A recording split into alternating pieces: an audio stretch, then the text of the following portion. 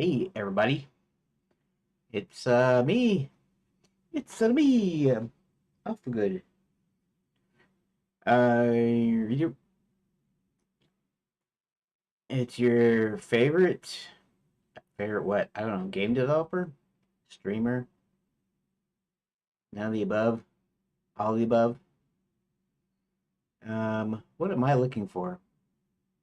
I guess GitHub. Sometimes I don't use bookmarks or favorites because it's easier for me and quicker for me to type it in.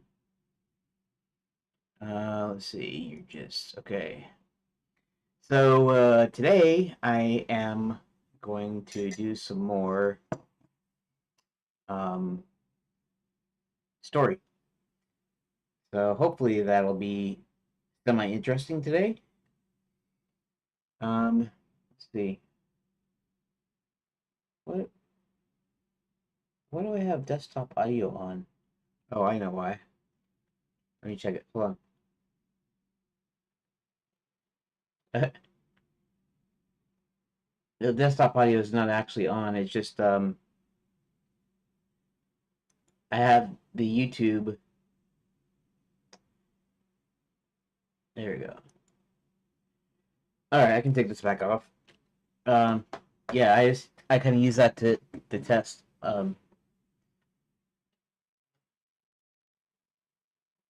Yeah. Okay. I always just check to see if I'm still in there.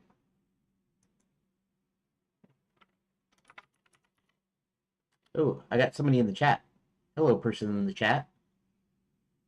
Celigen RIH.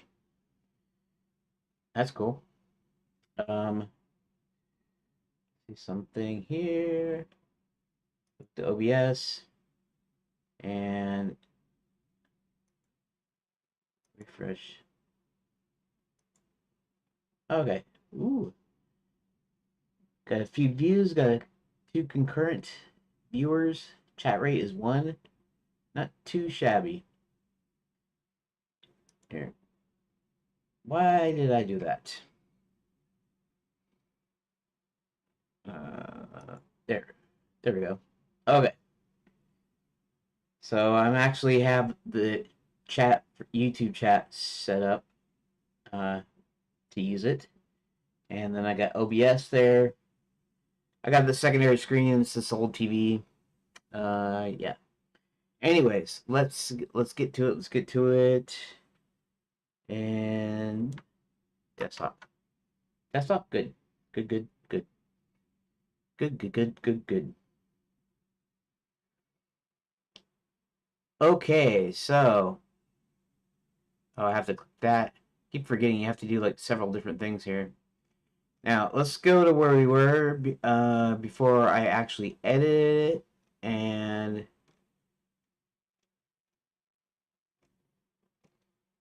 what do we got here? While Sir William's flying, a huge black dragon sweeps out. And I'll have to streamline this quite a bit. I'm intending each of these to be like a room description for each room, basically. Pretty fairly linear. I'll actually put choices in though based at certain points so that you actually do have choices to go on. Initially it'll just be like a straight on like, go to this one, go to this one, and then I'll maybe I'll try to do a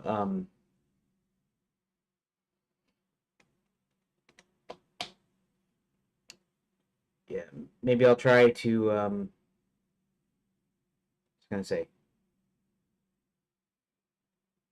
I don't know. I'm sleepy as usual. But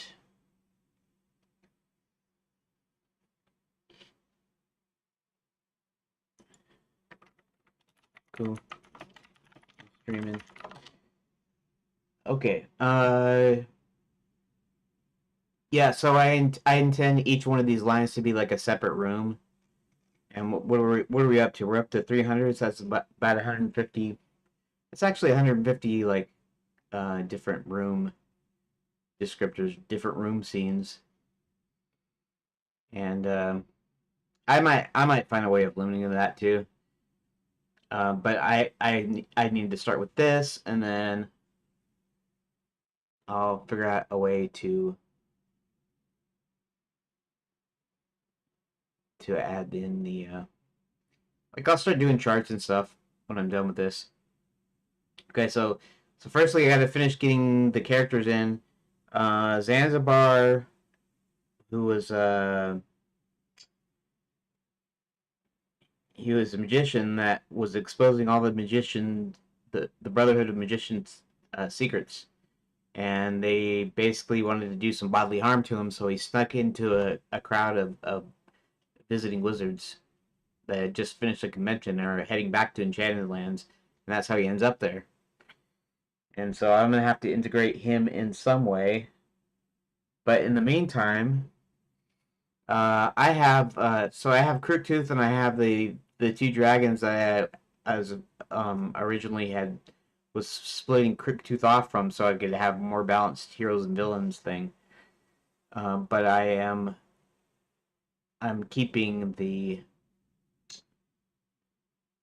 I'm keeping all three dragons here.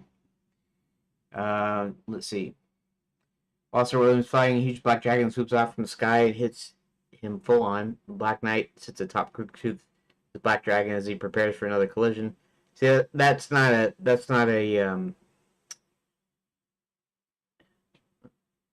that happens like an event, like I was trying to do before, but that's not something that would fit on its own card.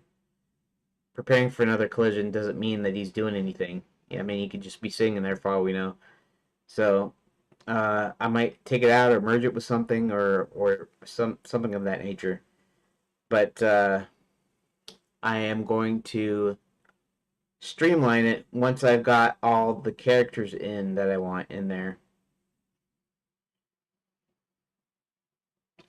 So, okay.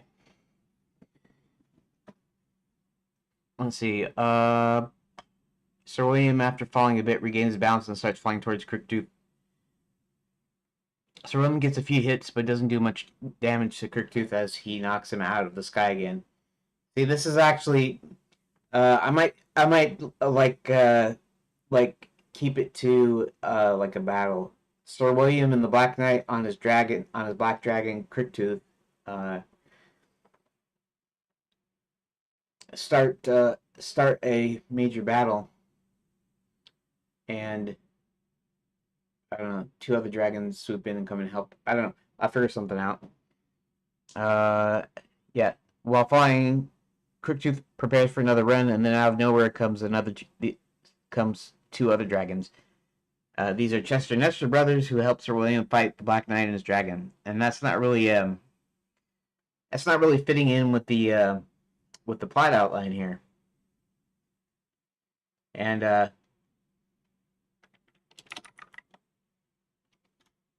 hold on. If you're wondering why I'm looking to see on the screen, it would be the left. I'm actually looking to my right. Is because I have the chat windows open. I got the YouTube chat for the video, and then I got Hex chat and Discord all running at the same time or overlapping or whatever. Anywho, actually, let's do something here though. I gotta check something else though too, and that is, yeah, 44.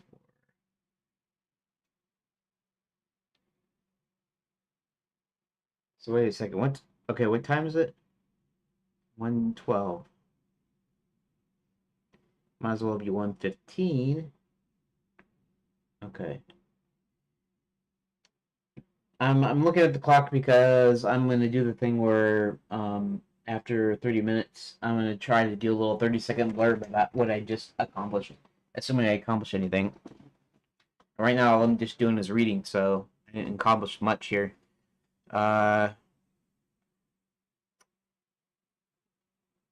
Okay, so basically they have a battle, and Chester and Nestor, who I'm going to introduce earlier in the story, probably somewhere in the beginning of Act 2 as well. And yeah, so actually they're the next characters I need to introduce. Maybe Chester more than Nestor, because Nestor is technically a villain, at least at the start, and then Chester is not. And so we're gonna see how Chester kind of fits in here a little bit. I'll have to figure it out though.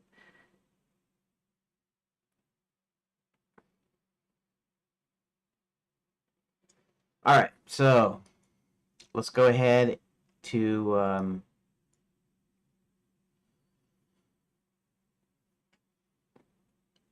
let's see, let's go, let's edit, and we are going to right there. I'm gonna be yawning again. Sorry about that. I need to stop staying up at night, I think. Okay, so Chester and Nestor come to the rescue of Sir William. I'm gonna try to find a way of putting that in one scene, because all of these lines would belong to one room or one scene, where it says they have a battle and they do this and this, and then maybe I can put a choice in here. Do you want to do this or whatever? Anyways, so while following, okay, Nestor helps Sir William fight the Black Knight and his dragon. The gnomes promptly put John, Roland, and the rest to work. Back in the mines, John signals the doors to overpower the guards. There's an explosion that seems to come from one of the mine walls. When the smoke clears, the train appears to have crashed into the mine. Hubert pops out of the train. Disoriented by the explosion, the normal guards are easily overpowered. The slaves get released and start to run out of the mines. Hubert shouts for everyone to head back to the Renaissance Fair. And we're not doing the Renaissance Fair anymore. We're to head to the bats in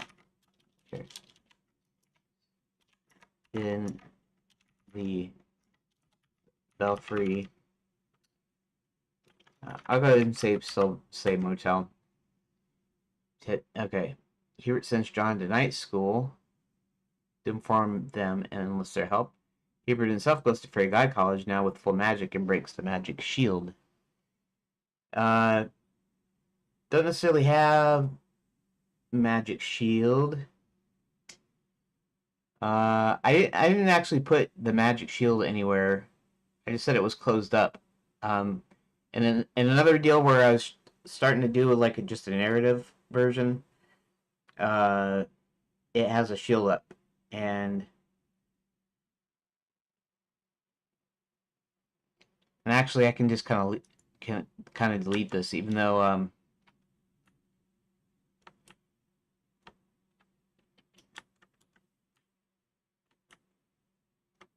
okay,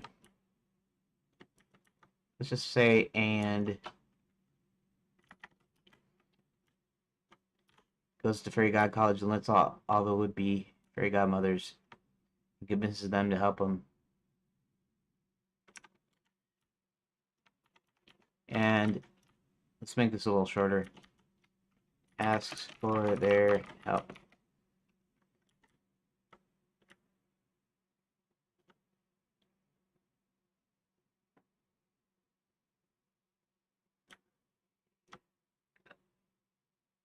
Releases.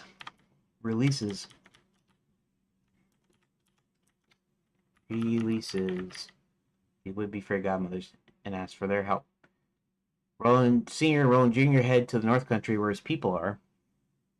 That's presumably to go get some of the giants on their side to help them out. And okay. John goes back into the night school with Sir William. Lots of knights are knights in training. Listen to what Sir William has to say. They all agree to help our heroes. Okay.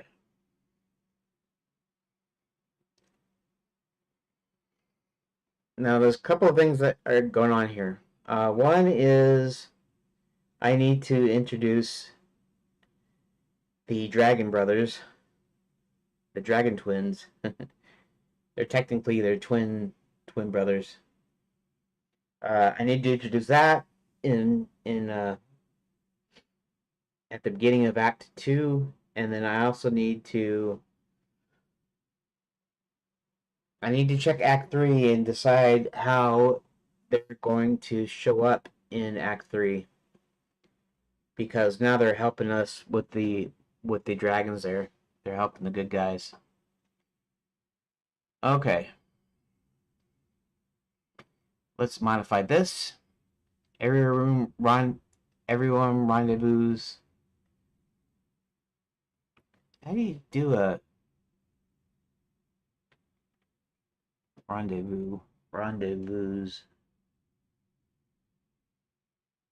What is that? Is that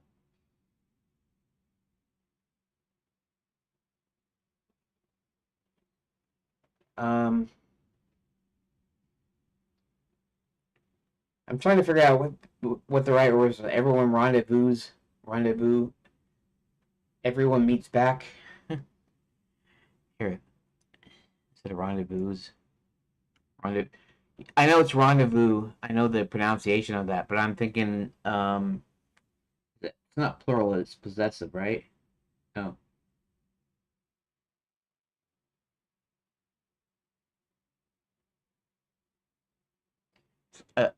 It's like wanders. Everyone wanders back. Everyone rendezvous. Everyone. Anyways, everyone meets at the bats in the Belfry Motel. John. Okay.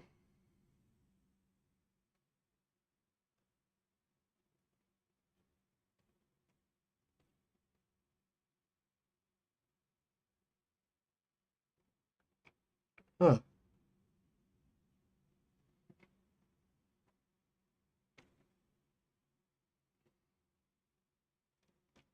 Okay. Bats in the Belfry Motel. Are sitting in the lobby while the count stands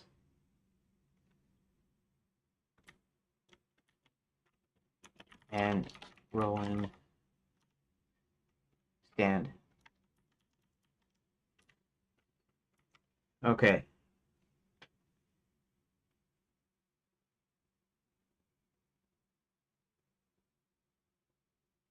It's so weird. I know I haven't got a lot of sleep, and I know I would be sleepy and stuff. But when I was sitting watching TV earlier today, I was fine. You know, doing other stuff, I was fine. It's just when I come in here, I think it's partly to do with the light. It's really funny. Whenever I'm in some sort of light, sometimes even sunlight, I get sleepy, and I'm not sure why, but that seems to be. Of course, it's exacerbated when I don't get enough sleep, so it's not like that's solely the reason. But anywho,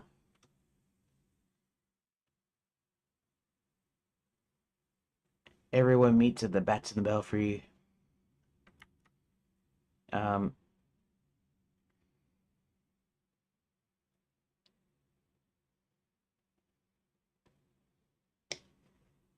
Now, what I want to know is, did I? So Sir William has not changed yet. He hasn't changed Sir William back into a man, right? Okay, that should be one of the.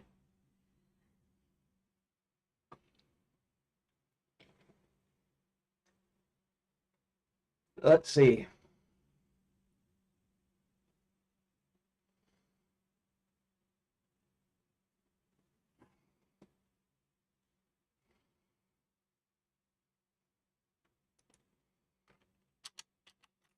Hubert changes Sir William back into a man as he gets ready to command the enchanted Landian guard.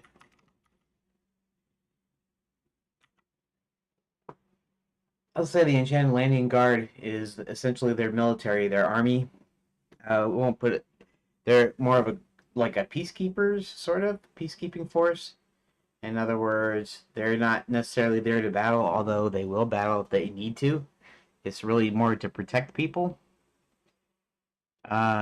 So I'm gonna call him the guard just for the heck of it. Changes to William back in the man and gets ready to. Uh,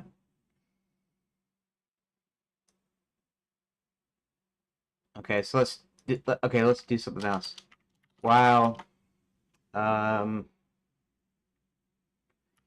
everyone gathers around, even spilling into the streets, Hubert speaks to the crowd. Okay.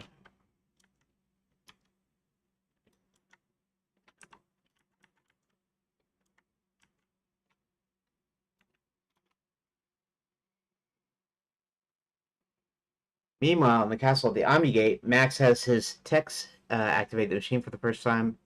First at half power, then he has them open a few gates, then a few more. Thousands of gates are opened simultaneously and then shut off.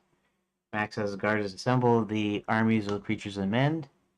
Soon the armies assemble and he starts seeing a large amount of trains flying in. Realizing who they are, he commands his armies to attack them. He orders technicians to put the machine at full power, opens all the portals, a large battle ensues. Okay. So let me go ahead and let's see. Let me go ahead and update that. We'll go back to edit.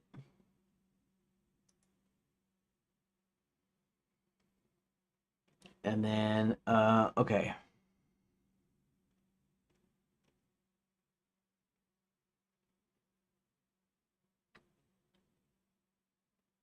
Okay.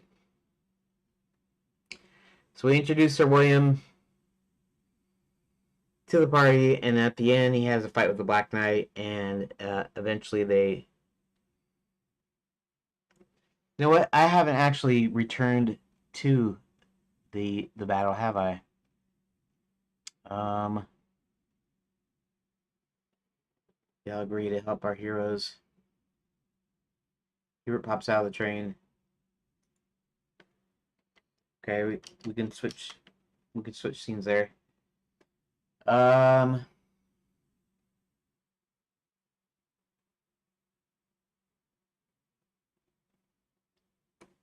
Let me go check something.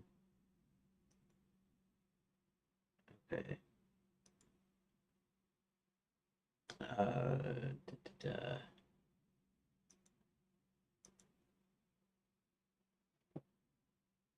All right.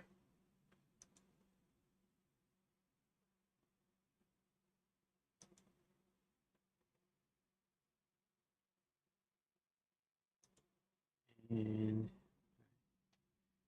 I'm gonna put up the please wait sign for a quick sec while I go check something. So I'll be right back.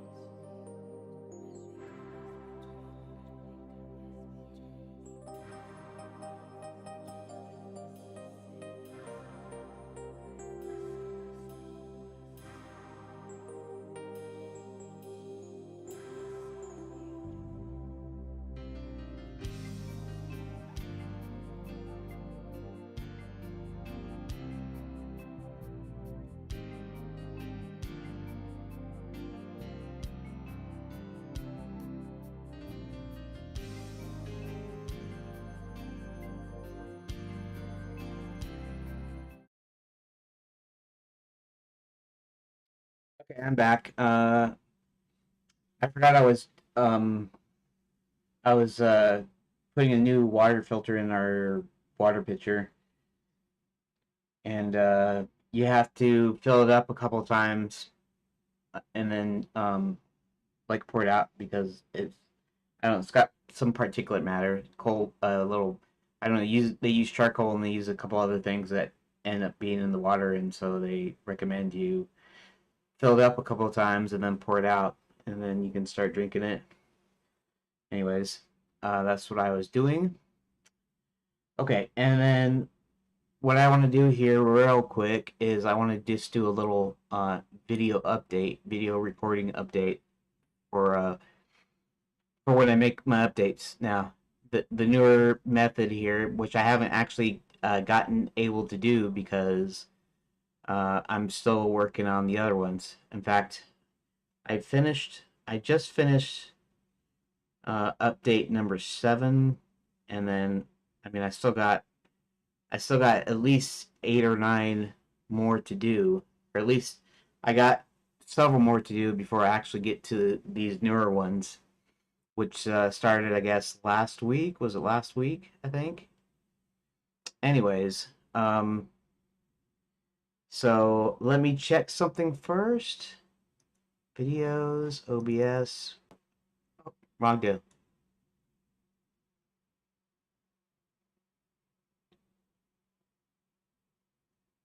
That first one actually has some music in it. And I didn't put any music in any other ones after that, so I don't know how that's going to work out. I guess it doesn't matter that much because I'll probably find a way of, if I want to incorporate music, I'll incorporate music later. Um, to the newer ones, probably. Anyways, let's get to. Okay, let's get to my recording, right? Okay.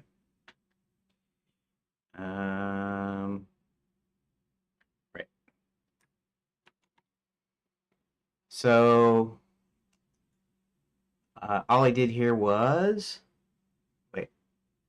Wait. There we go. I can trim it. It's just. Anyways, so basically all I did was update Act 2 and Act 3 a little bit, because now instead of reconvening at Scarborough Fair Chicken, because they wanted to put the Black Knight off in pursuit, they went off another way, and so now they're all at that's in the Belfry Motel, and let's see where was it? Okay, we did all this, and then we did the Sir William with the unicorn wings, or with the wings, and then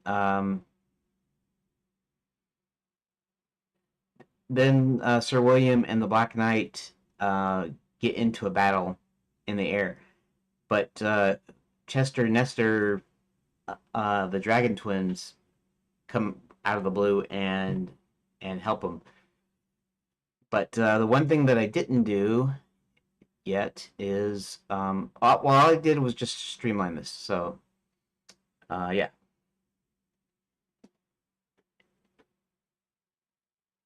Maybe I can put that in a better way here. Let's try that again. Forgive me for doing this twice. Here, let's delete this. Delete. Let's do this again. One more time. Hold on a second.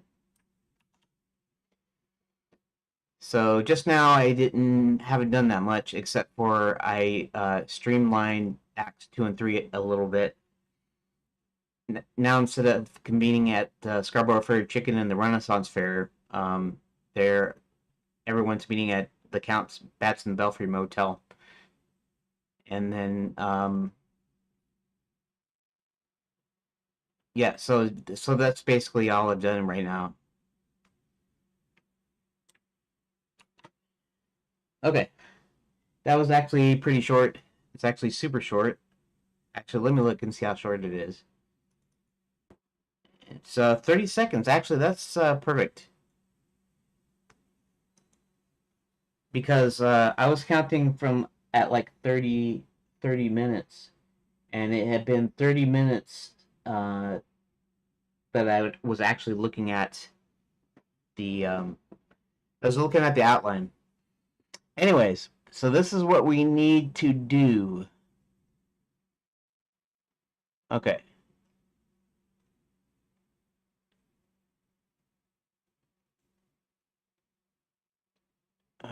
Okay. He changes Sir William back into a man. That's fine. Everyone meets at the Bats in the Belfry Hotel. The algorithm. Okay, so oh, that's right. This is what I was going to start with. Okay. Because what we need to do now is we need to have the battle finished between the Black Knight and Sir William.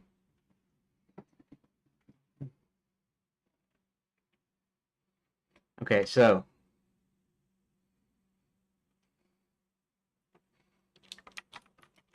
the battle between the knight atop Crooktooth and Sir William and the twins is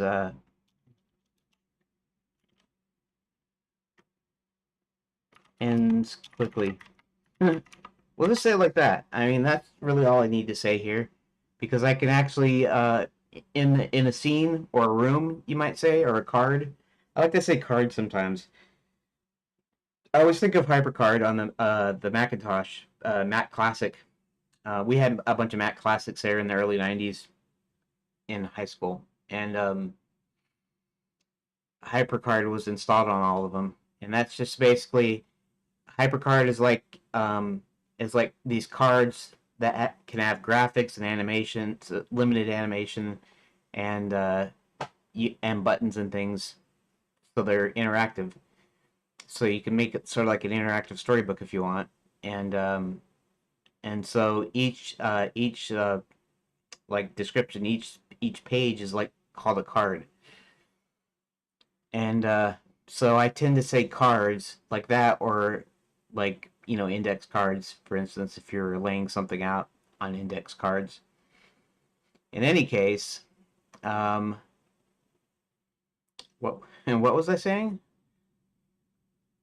Okay, so we just want the battle to be ending quickly. Oh yeah, I was just gonna say I'll be describing the battle probably on a card or in a room or a scene. So in any case, let's see, he works in John Night School. Okay. Anyways, this just kind of makes it makes it end quickly. So the next thing I need to do is um I might want to see. Let's go back. I'm going back to Act 1 here. Uh, she tries to escape. The princess tries to escape via dumbwaiter, forced upstairs, recaptured. The count comes back and tells John and Hubert what he found. And at this point, okay, so what I need to do is I need to check my notes, I think.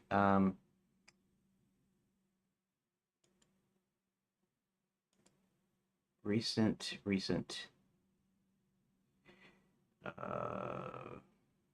Yes. Design notes. Because what I need to do here is yeah, I'm on desktop, yeah? Yeah. Okay.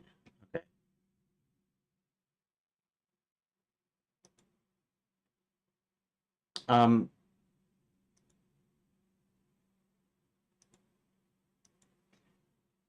because okay, so I need to look and see what Control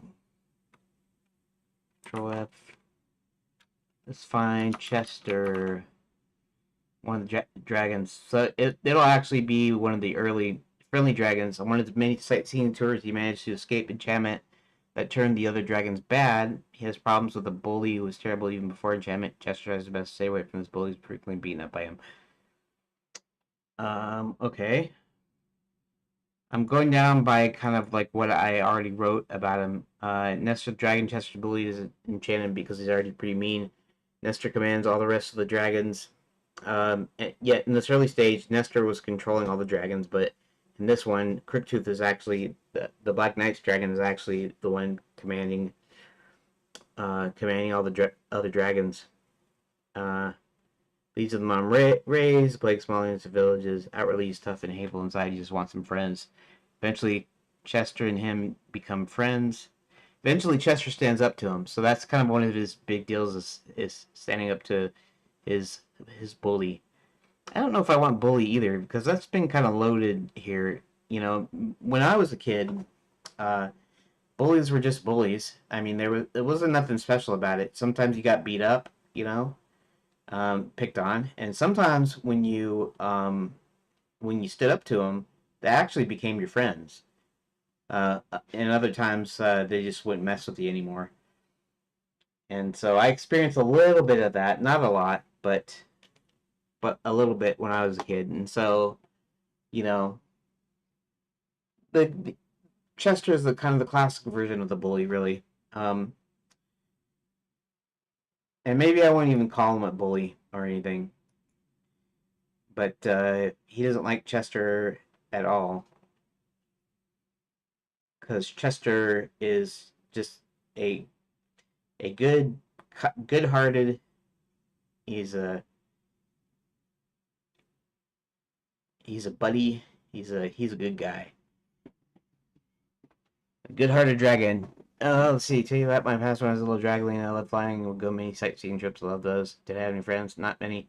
People would say, Chester, you have your head in the clouds, and I would say, I can't help it. How that make me feel confused? I'm normally a happy dragon, but flying and sightseeing doesn't bring home the bacon, if you know what I mean. My biggest fear that all my friends will stand under the evil enchantment. I bet they wouldn't put me down if they only knew they were under a spell. I'm also afraid of Nestor. He was mean even before the spell. Nestor is a big bully, uh, and sometimes makes me angry. I'd like to be friends with him, and we could go on sightseeing trips. Okay, so apparently Chester was seeing a therapist and and saying whatever came into his head. So Chester's got some issues, I guess. um, I when I did these little kind of he's a good guy. So these are all their it's kind of like their profile, kind of like their background a little bit, and I just kind of did it in like how they would say it in their own way. Sir William rehearses a speech in his mind all the time. He can't talk to anybody because he's a unicorn at this point. Roland has this magic mirror conversation, uh, practice conversation, um, where he's talking to his dad, and then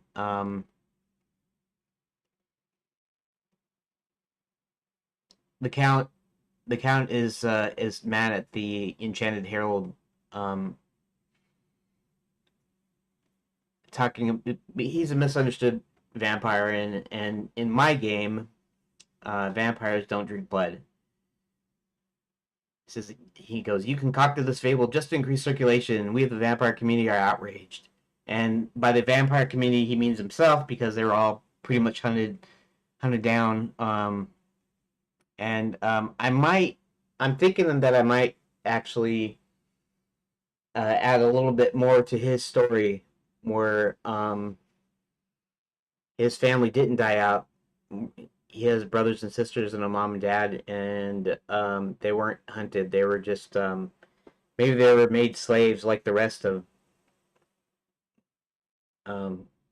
of everybody else, and maybe the count just thinks the newspaper was the cause of it. Anyways, that's not what we're here for. What we're here for is Chester. Chester. Using Chester, if like candidates in who, after finding this, declines. Okay, that's all right. Ask him to take him north. Chester takes instant liking. See, at one point,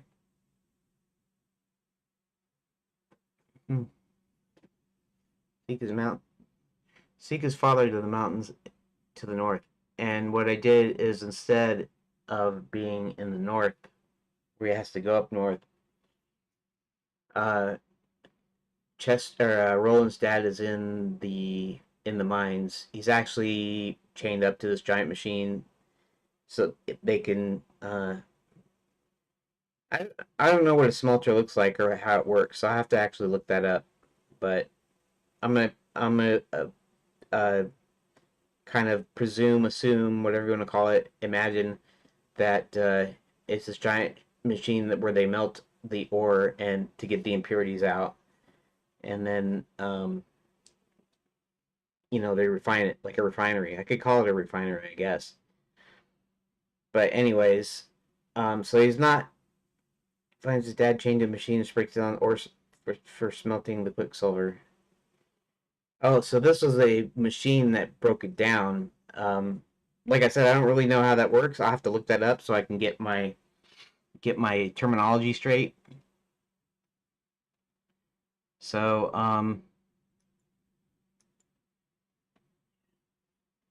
there we go. Find a way to release the dragons from enchantment. Yeah, so we can, uh, despite what I put in my notes, because I'm kind of making a lot of this up now, uh, yeah, let's see, what time? I should keep track of the time. I keep not keeping track of the time. 1 hour, 23. Right. Um, I won't worry about that. I'll just wait. Actually, I'll wait till OBS says I've been streaming for 1 hour and 30, and then I'll take my proper break, which is getting some coffee and stuff. Even though it's a little bit early, that'll be kind of okay because I'm getting some more coffee. Okay, so Chest of the Dragon, main plot: find a way to release the dragon from enchantment. Subplot: to become friends with Nestor, the main dragon, and his bully. Okay. A sightseeing trip: Chester escapes the enchantment, noting Nestor to get enchanted either. Chester tries to bring shiny objects to the enchanted dragons, but it doesn't work. He decides to find Nestor and tries to talk to him, but only gets beat up by him. Finds out that they're brothers and talk a bit. We find out that Nestor was raised alone. He didn't even see another dragon until he was already grown up. But by then, he was too mean. So when Chester offers him a present of one of the shiny objects, he was hoping to snap the other dragons out of the spell. Nestor's heart melts and they become friends. He's going to find out that it's actually his twin brother. Nestor is Chester's twin brother. They decide the best way maybe to snap the other dragons out of their enchantment is with fire, so they begin to breathe fire on the dragons and breaks them out of the spell. Now freed, Chester has found his long-lost brother. They become friends and decide to help our heroes fight against Maximus' minions. We'll have to... Okay, so... Now the subplot is a little weak. Usually a subplot is usually... it's kind of like a side plot, I guess. It's like your your protagonist... he's doing whatever the thing he's doing, fighting something or whatever, and then maybe his love interest is a subplot. Love interest isn't always a subplot, but a subplot is usually just like a kind of a side plot, and in movies, it usually intersects with the main plot somehow. How it's like a small goal, like a small sub goal or whatever. In TVs, they actually have dual plots. They don't actually have plot and subplot. But anyways, this in this regard, this is probably more like a movie. But this subplot is kind of it's kind of weak because the main plot is really kind of the same thing. Well, no, the main plot was to release the dragons, and the subplot was to become friends with Nestor, and how that would actually, that's actually not a bad not bad for a subplot. That's not actually weak as far as things go, because um if he ends up becoming friends with him, then he can get him on his side, and they can both together uh help the main plot here. Uh, by bugging, see, Jester gets beaten up by Nestor. By bugging Nestor, he finds Nestor's meanness is from missing a long lost brother, with no other family members, no other dragons to be friends with while he was growing up. Okay. Mm-mm. And in my newer version, since Crooktooth is in here, actually Chester and Nestor are my plot rewrites.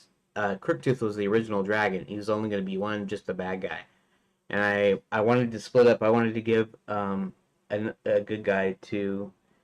I wanted to give another good guy to the heroes and another bad guy to the villains. So that's why I did that. Um,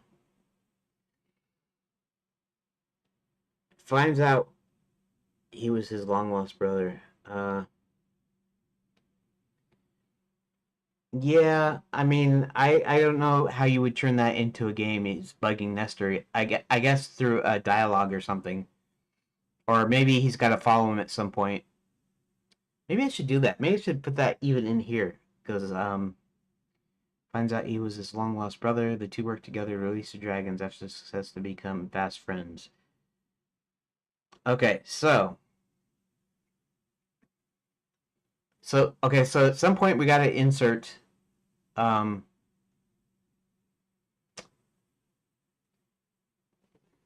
so we're gonna start with Chester and Nest, like I do with all the villains so far. They don't have like a big amount of stuff they do, and that's not on, how do I say it? It's kind of on purpose, but at the same time, I also plan to actually insert more of the villains' motivations here. Um, because my original idea was that allow you to play the villains as well, but the other idea is that it's a narrative game, and ultimately the villains don't win. Good versus evils, classic, whatever, or you can call it stereotypical or whatever you want to say. But this is my story, and that's how I like it.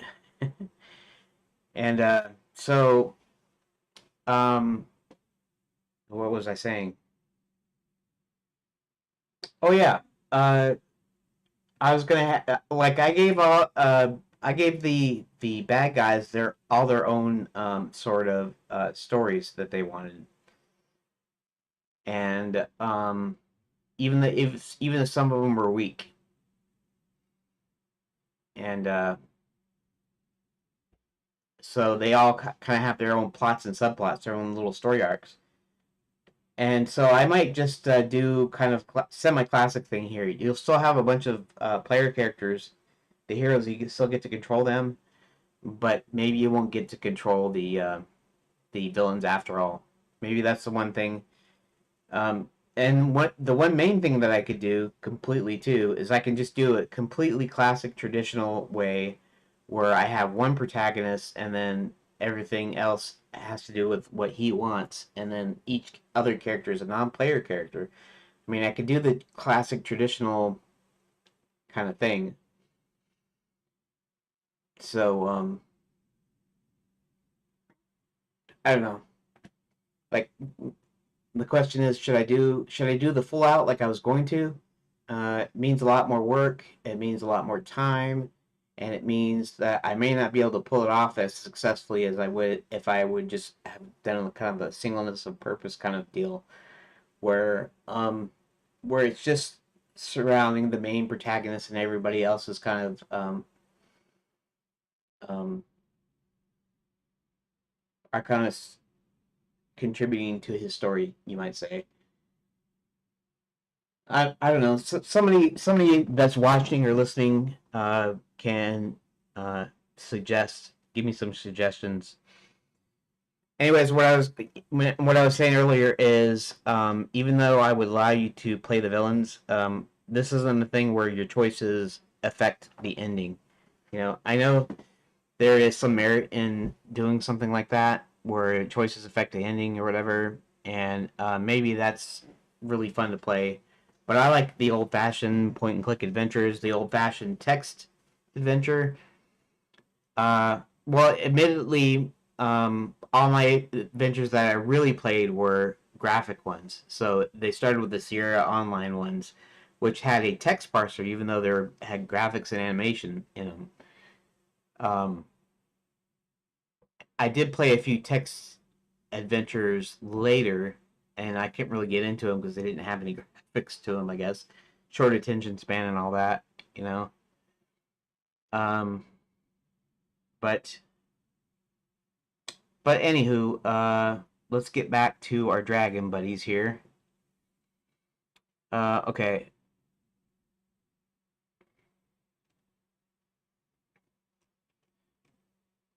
So we yeah.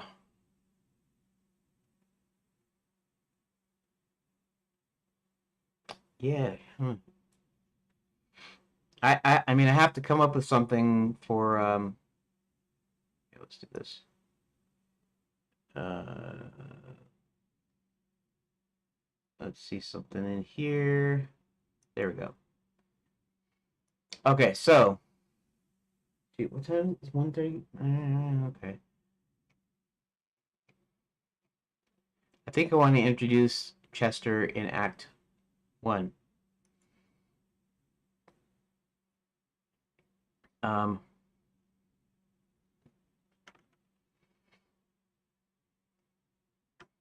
okay. Let's see. Escapes enchantments. Tries to bring shiny objects.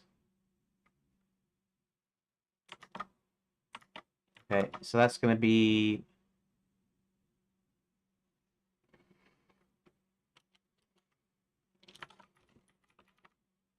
Chester. Okay, so how do I introduce these guys usually?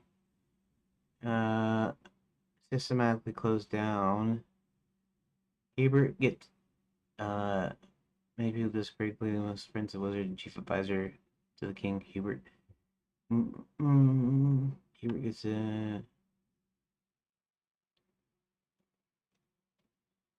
these all kind of connection. Like the ruler of the kingdom, and then Max comes in and does something, and then people are disappearing. They're related to Hubert, friends of Hubert, and then he gets external help by bringing in John, a young man from our realm, and then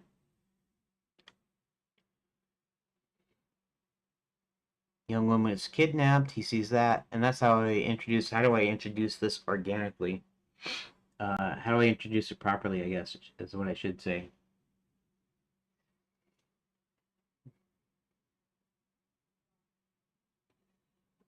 Um, my dad's telling me coffee's ready, so give me a quick sec here. A black dragon.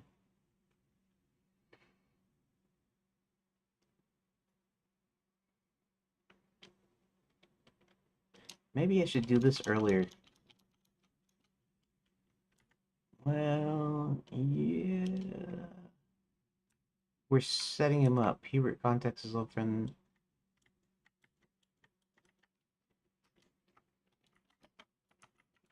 Black Tooth.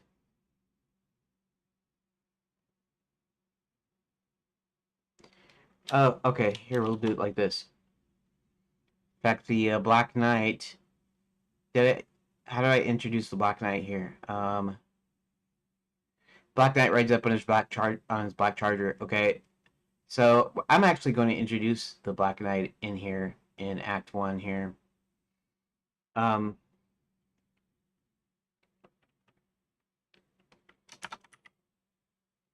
Max instructs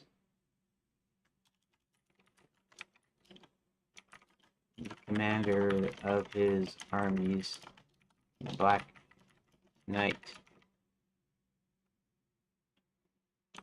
to get Crooktooth the dragon to enchant the other dragons. I don't know, I have to think about this for a second. See if there's a better way of presenting that. Anyways, I'm gonna go for like a proper break. I know I already took a little break, but I don't know.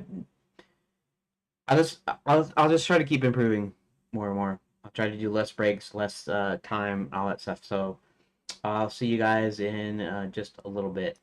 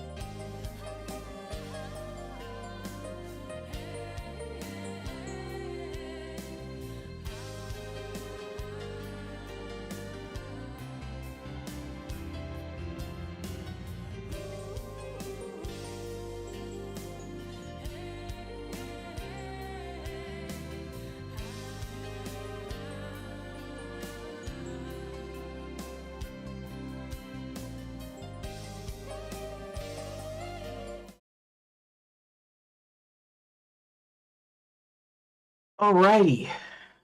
So I just got me some coffee. I refilled the pitcher. And now, okay, where did I put this? Did I put it in yet?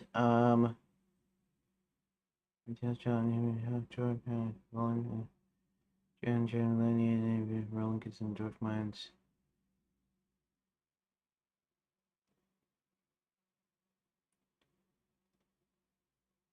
Johnny Hubert. Let's okay. Oh. Okay, so there's a small issue, and that is the enchanting of dragons has happened before all of this events happen in the game.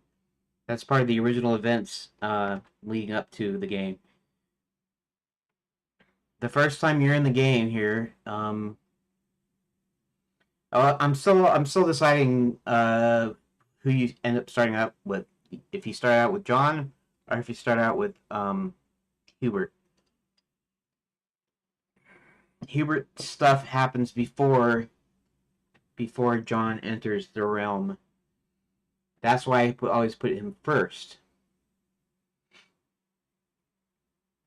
And I don't know if any movies or novels or anything do that, where they introduce the main protagonist like second. And since they're really him, the princess, and Hubert are all three kind of main protagonists, sort of. Uh,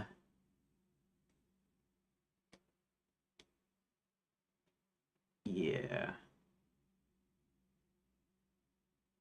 Um, I figure it's okay to have Hubert first. Okay, so what does that have to do with what I'm trying to do? Oh yeah. So the dragons are already evil. Well, in a sense, let's see something here.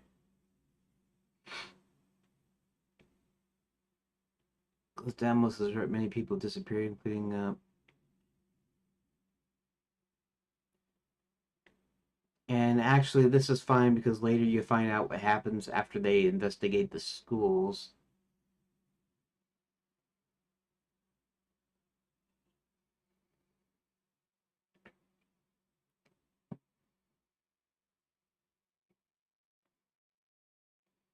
Let's see something here. Your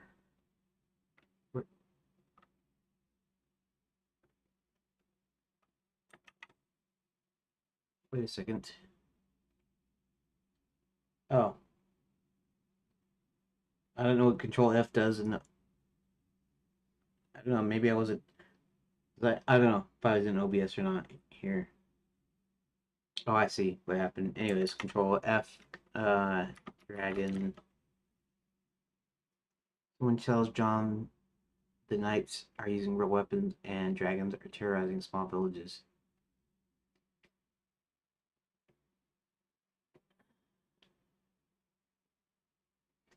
So maybe I need to introduce Chester earlier. It'd have to be after this.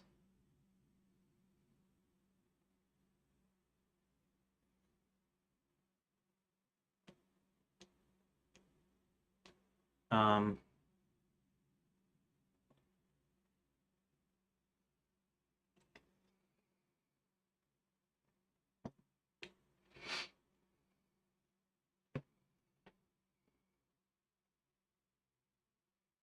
uh, uh,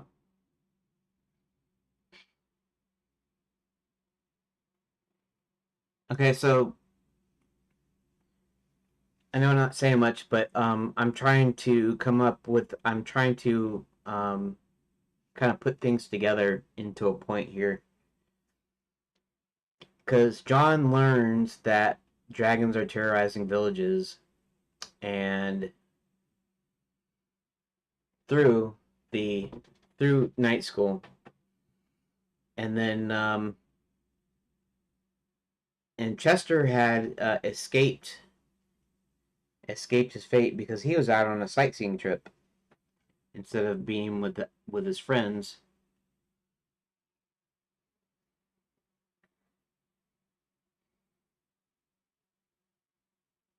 And so, if I say that John finds out, I mean, he asks and he finds out through asking people what's going on. Is it redundant to show that? Is it redundant to show that Chester is seeing this for the first time? So I'm trying to think of whether or not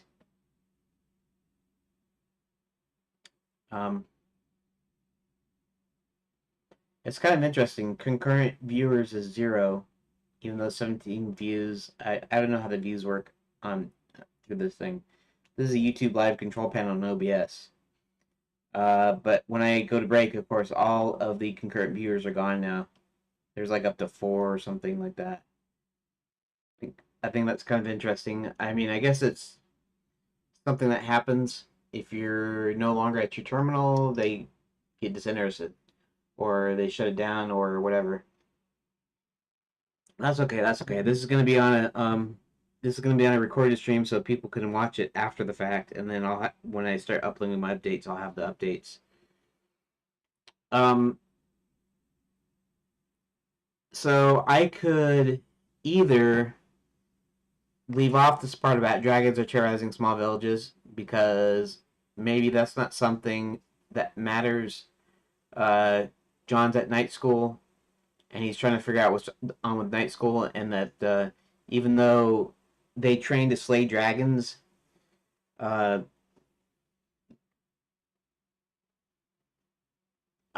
maybe I should change that a little bit, and then it kind of won't be redundant, which is that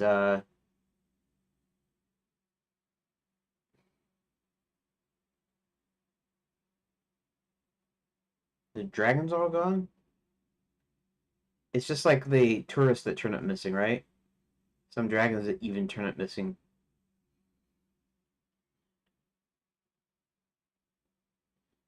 What did I show up here originally? Many people disappeared, including some of the friends of the wizard and chief advisor of the King Hubert. Uh,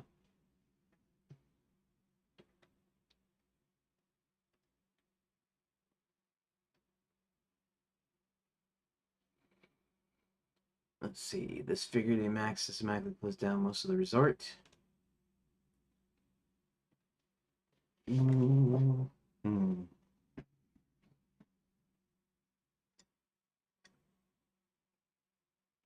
Well, maybe I can just introduce Chester right away. And then maybe it doesn't matter if later John finds out about the dragons.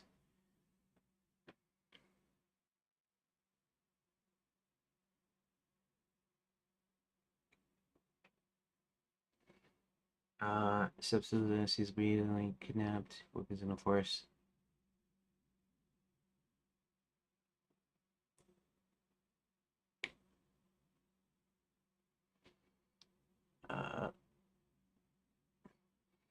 Okay, so all this stuff that happens in the beginning, where he's on the train and he steps through and all this stuff,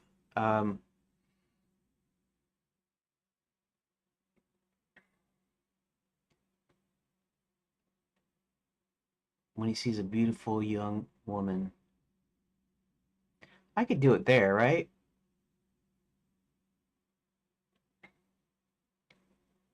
The beautiful, I'll say,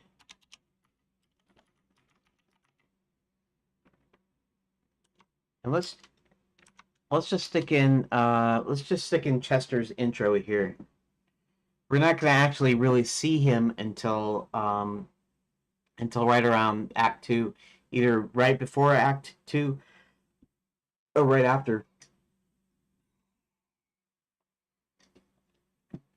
Like you know, plot point 1 is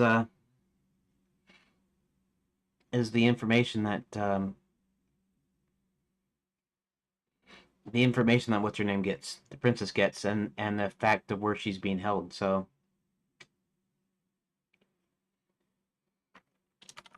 Chester, a good-hearted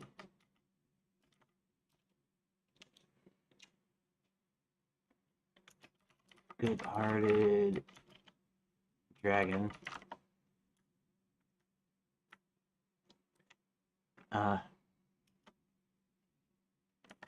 Back from one of his sightseeing trips.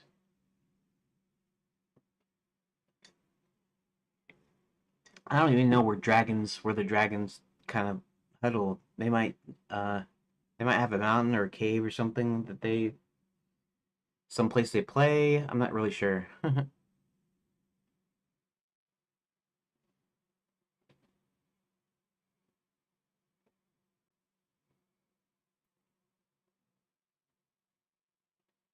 See, notices the dragons are gone from their whatever.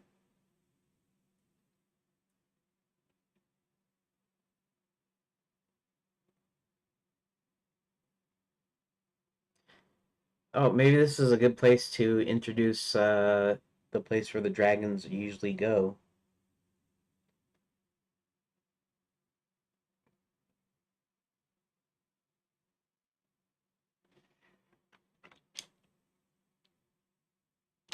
Let's see. I'm trying to think this up. Dragon Valley. I mean, it could be pretty much straight up and called Dragon Valley. I don't really need to mess with the name there. Uh,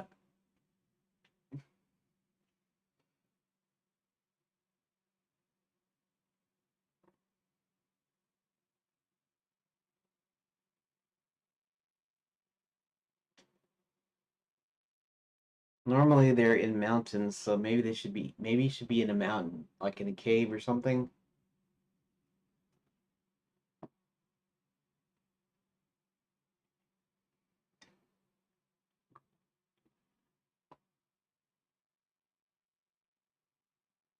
Um,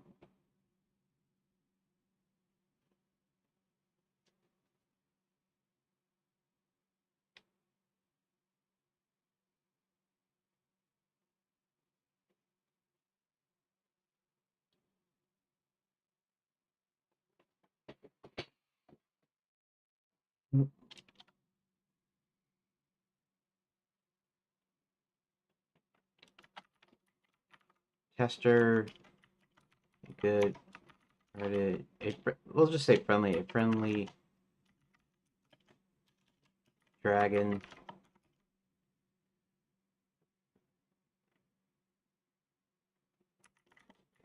Lands at the entrance to the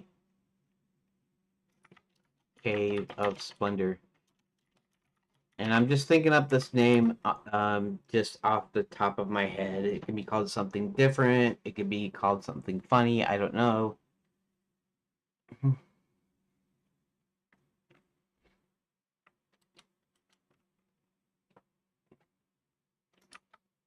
He wanted to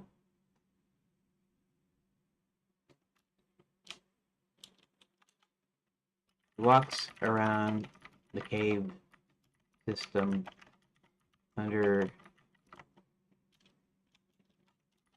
Dragon Mount. I don't know.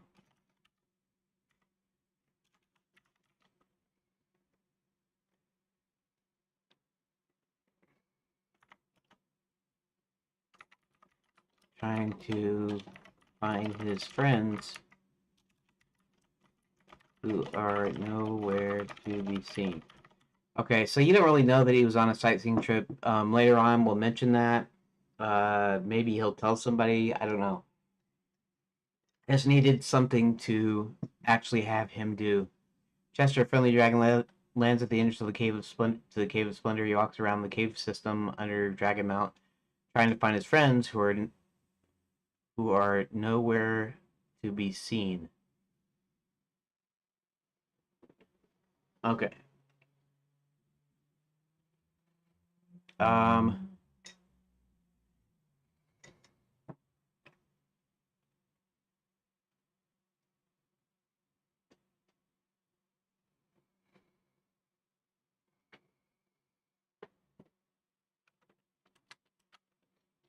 Chester, Chester then leaves.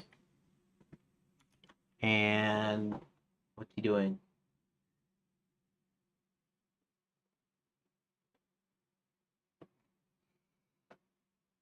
Oh, let me think here. So he's trying to find his friends. He doesn't find them. Chester then leaves.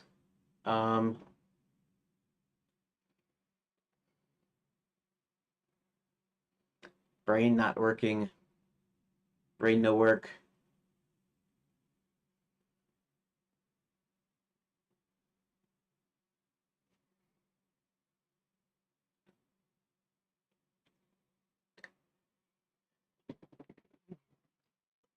And flies around to find some of his friends.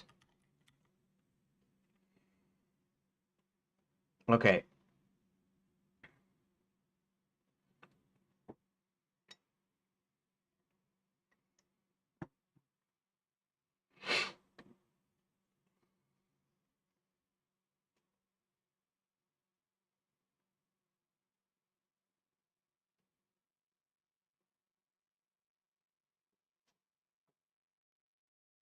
Hopefully to find some of his friends. John Wickens, Hubert tells John and brought him here.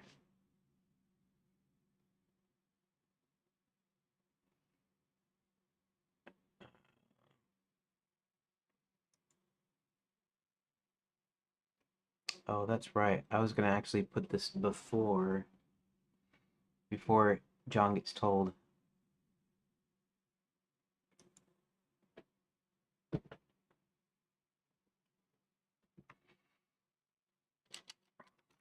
On his trip, he sees a village being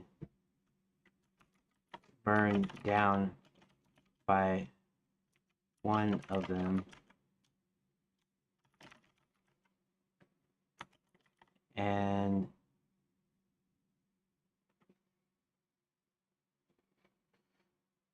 what does he do?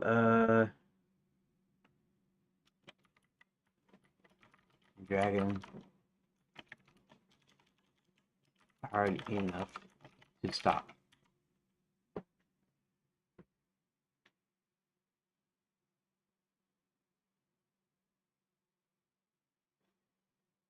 Okay. So he's seeing the village being burned down by one of his friends, and then he rams into him.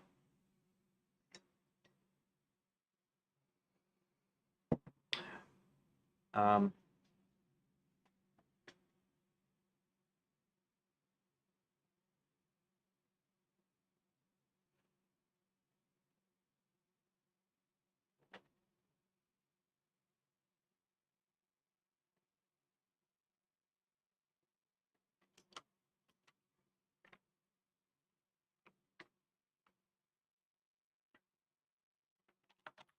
or the other dragon could respawn.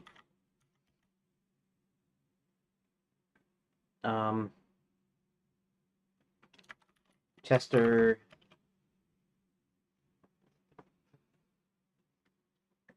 hurt me. Before the other dragon could respond, what happens?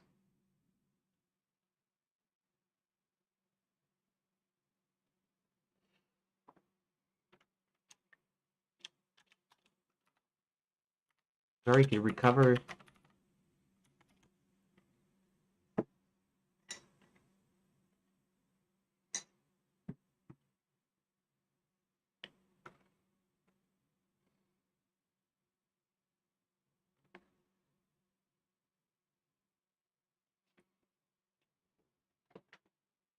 Okay, so the idea is that he rams them really hard and kind of knocks them out or knocks them unconscious or whatever, and then he leaves.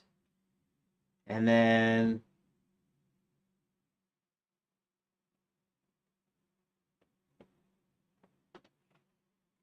let's see.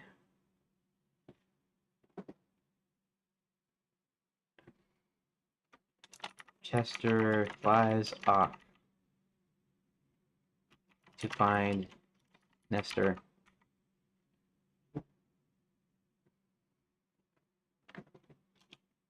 A dragon that usually beats him up. Okay, so. Oh, what am I doing that for? I keep on saving like I'm going to save it. Okay. Times it. 235.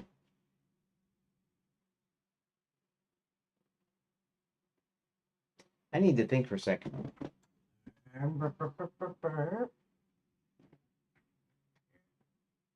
Close in so you can look at my chair. Look at my chair. Okay. Just so you don't see my room while I'm pacing. Um,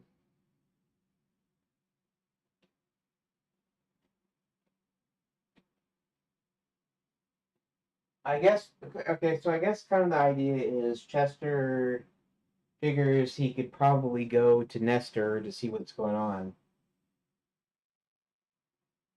And,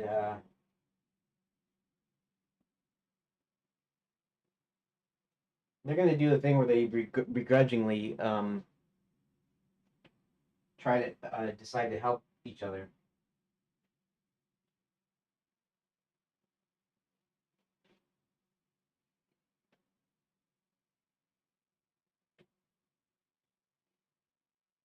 In fact, there's going to be I might even do a deal where Chester's so nice that uh, he doesn't normally fight Nestor back, even though he probably could and probably could take him if he wanted to.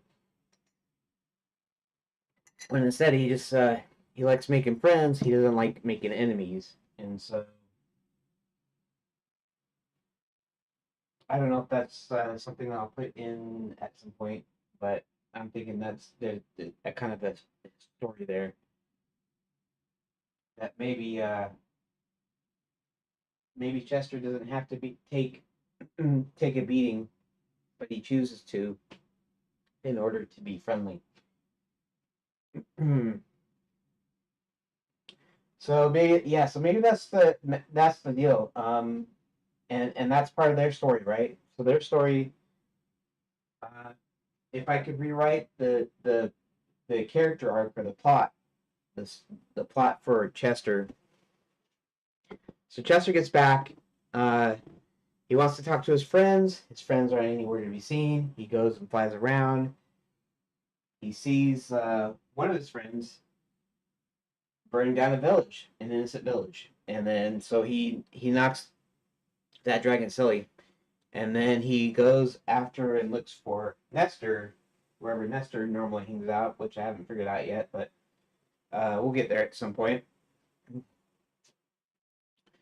So he's going to go and find Nestor, and then they're going to talk a little bit. And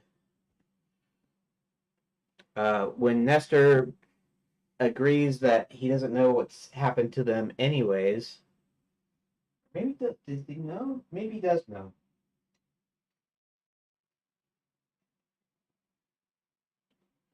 Maybe Nestor knows exactly what's going on, and that's when he manages to tell Chester that they have a conversation about what's going on.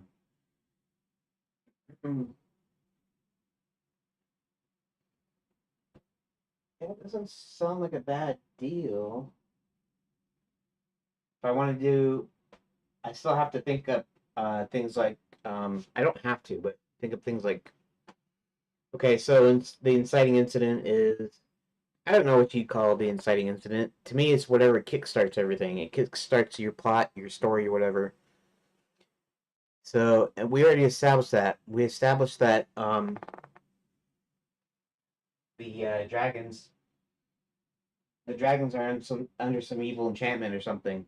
And when he finds Nestor, uh, I guess your plot point one is when he finds out that they've all been enchanted by Crooktooth.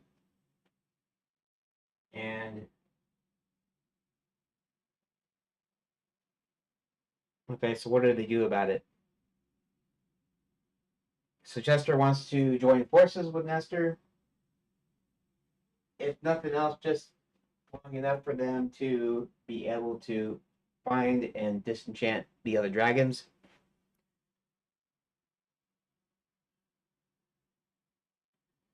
That might be it.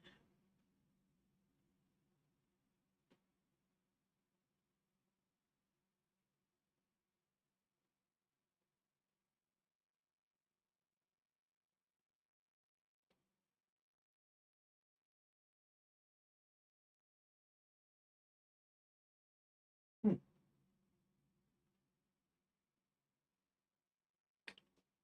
At some point, Chester gives Nestor a present, which is some sort of shiny, I don't know, a coin, a medallion, or something, or a crystal ball. Who knows?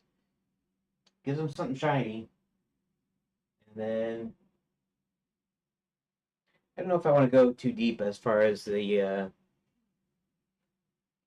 like the emotional stuff because this is just a cartoon adventure comedy fantasy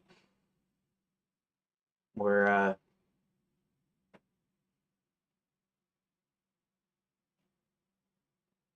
Nestor feels so grateful that he doesn't want to beat up on poor old Chester anymore. And then Nestor tells him, yeah, this is like a lot of exposition, I guess. But Nestor tells him how he had a brother and that the egg ended up missing, and that he sort of grew up by himself, and that's why he was so mean to people, so mean to everybody. And then they, of course, they become friends, and then they decide to figure out what's going to be done because Nestor already knows that Crooktooth is the one that enchanted the rest of them, and he said when it came to him, Nestor tells him when it came to him that he was so mean that he decided that he didn't need to enchant him because he was already mean enough to join Max. And of course, then is the point is Nestor would never join Max because he's not evil. He's just mean. There's a difference. So they decide that they need to find a way of putting Tooth out of commission, but it's kind of hard because he's a lot bigger than they are, and he has magic, and somehow they need some help. And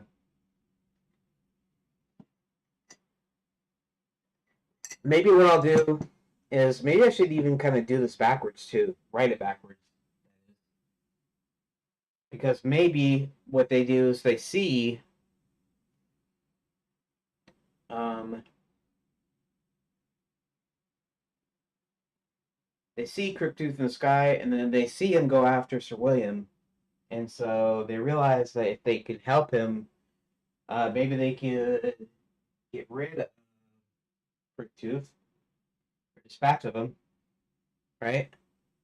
Maybe with all three of them fighting against Crooktooth, they might win.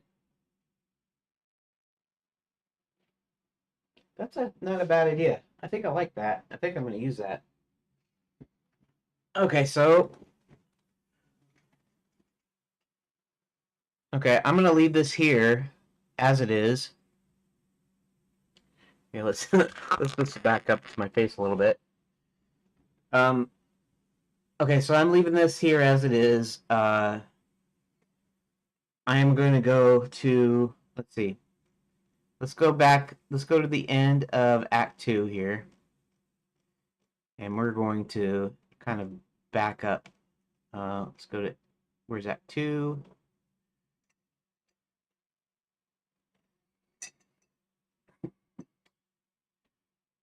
Battle between the Black Knight atop Crooktooth, Sir William, and the twins ends quickly. Okay. He reports out the train, smokes clears. Train appears to have crashed into the mine. Explosion. Back of the mine, Shaw signals the dwarves to overpower the guards.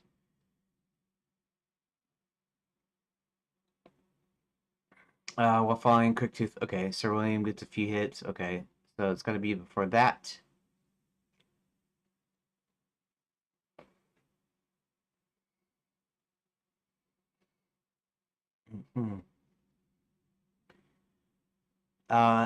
I think I'm not sure if I should do it this way, but I think I would do it more like not a twist exactly, because it's not. I mean, this is an adventure game after all. But really, the idea is where it cuts. Let's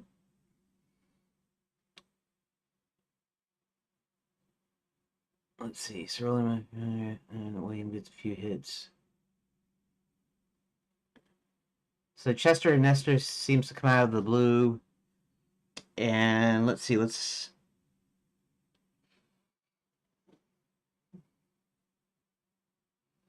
They figured they need to find Crooktooth. So I need to go somewhere along the line. Black Knight sits atop Crooktooth. Causes magic to return to him.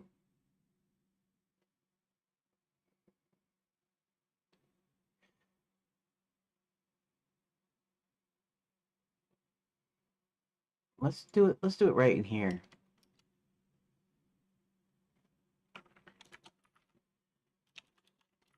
After finding out their long lost twin brothers, Chester and Nestor, go on a search for Crooktooth. Okay.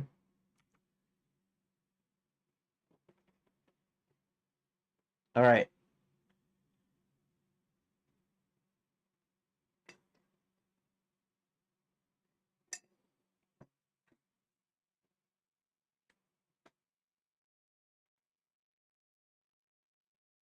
After finding out their long lost brothers. Okay.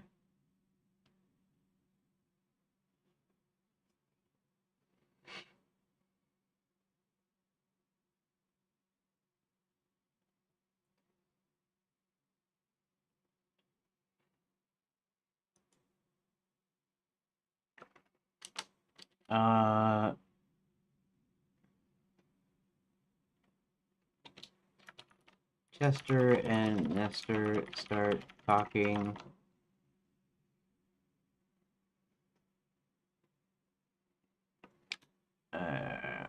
See, I already said here in the line after finding out their long lost twin brother, so I don't need to put that in there.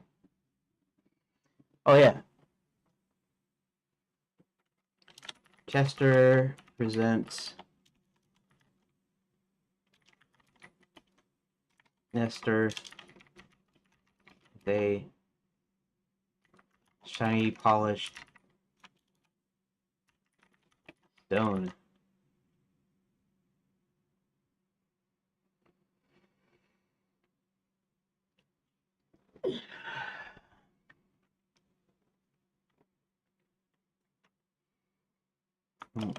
And they both talk about the past. I mean, I don't need any more than that, I guess.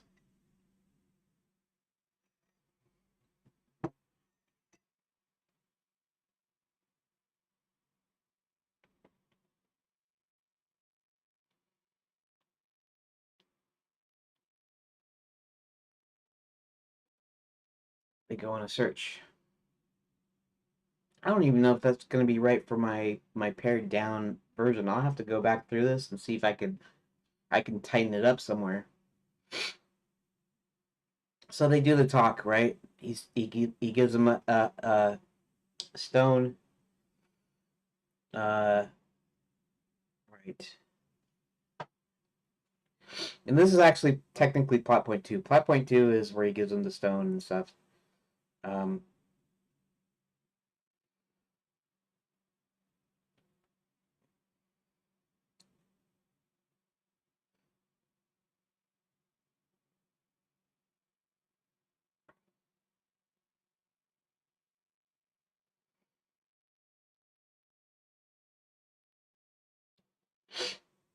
um,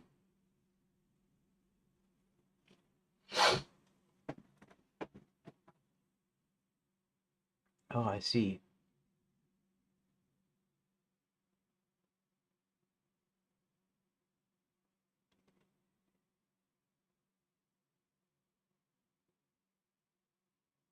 Let's see here. Violent guards.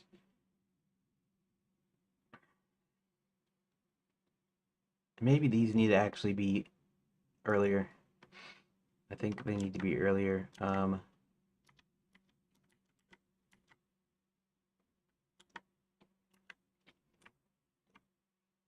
Let's see. Let's just do it. Do we do it before or do we do it after? Let's do it after this, but before the Black Knight sees them.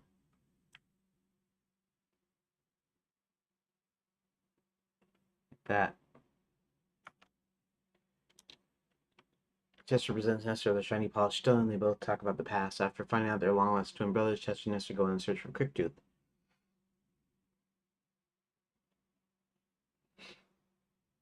And so they decide to go on a search. Okay, so then something happens before. Uh,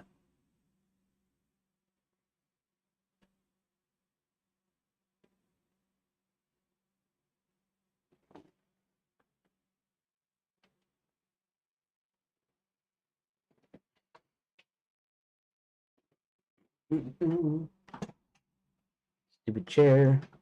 Broken. Not too fat, I guess. Okay. So.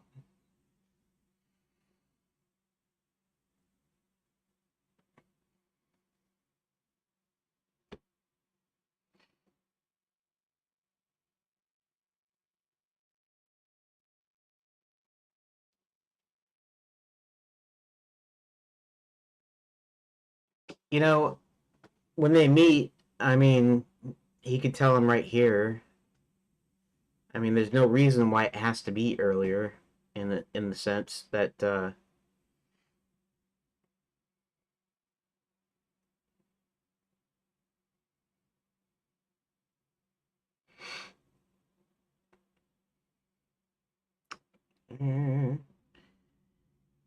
not really sure how I want to handle this part here.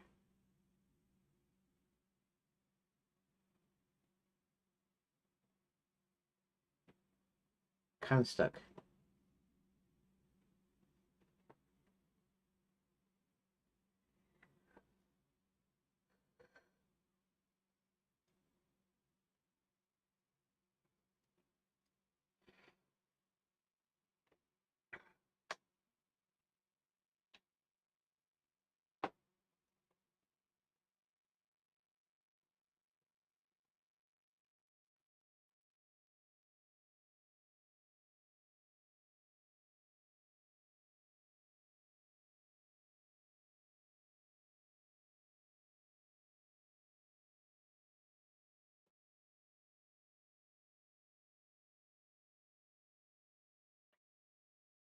Mm,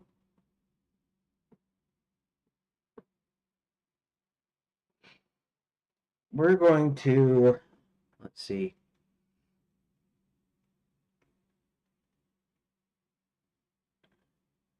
Spot the note.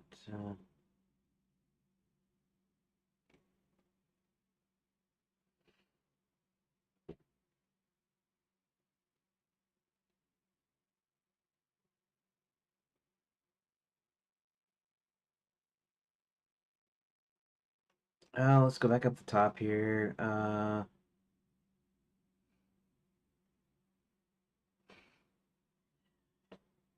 Walks around. find some of his friends.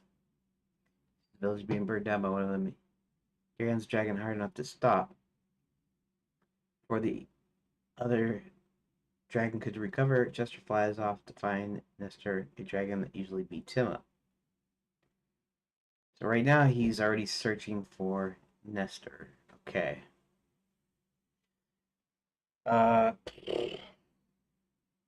Brain doesn't want to work. Think, brain, think.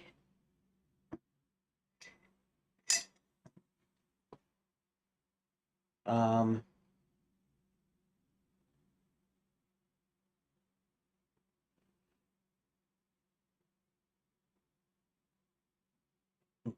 mm,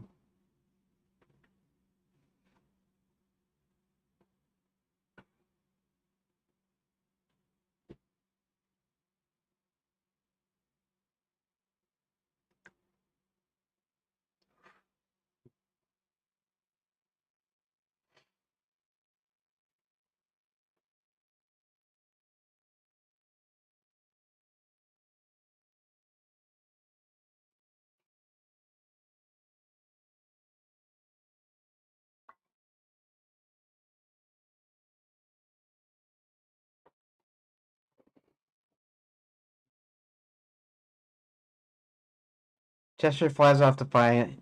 I'm gonna do it differently. Chester flies off to hopefully find. Flies off back to his cave to pick up a few shiny objects.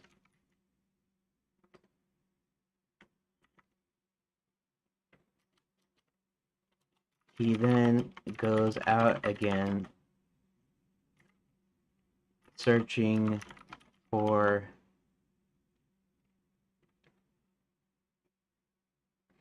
more of his friends.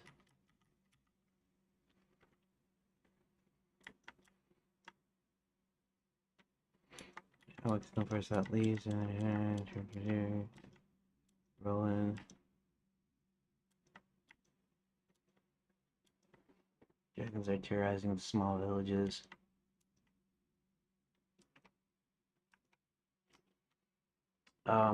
Okay. As he catches up to a few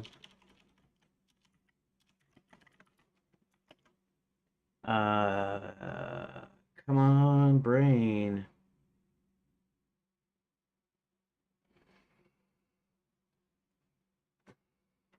He attempts to break them out of the spell with some of the shinies.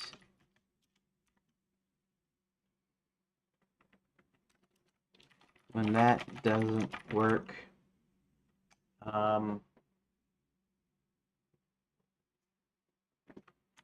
he tries to breathe fire on them. When that doesn't work, he tries to breathe fire on them, and it only succeeds in. Why do I have 3 E's?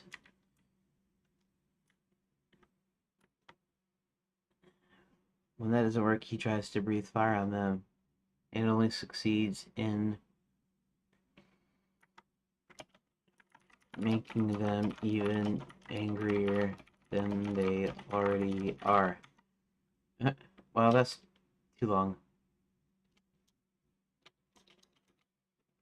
That doesn't work either.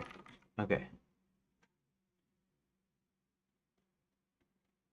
Alright.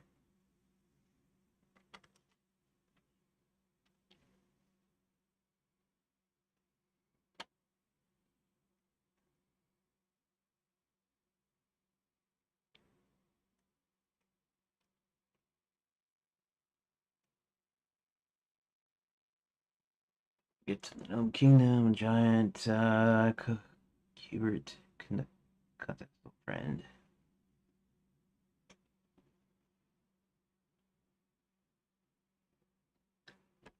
Because so Brandon tells him to turn into a bat and see if he can find the princess.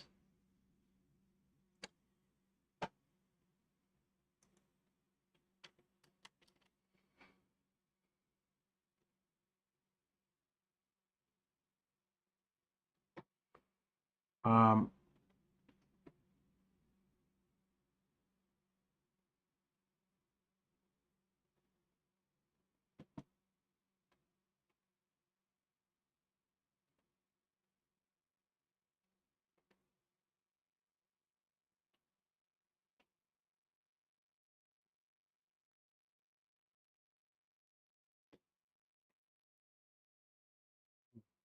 he tells John Hubert himself, Erlen, Oldorf, night school.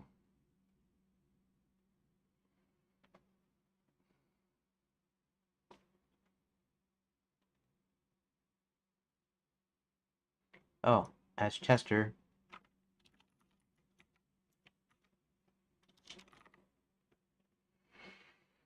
As Chester catches up to a few attempts to break them out of the spell with one of the shinies. When that doesn't work, he tries to breathe fire on them. That doesn't work either.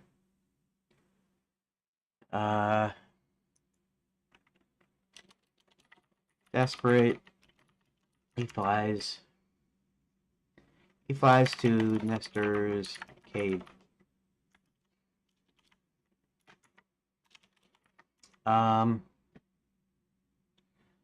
What's he gonna do at Nestor's cave?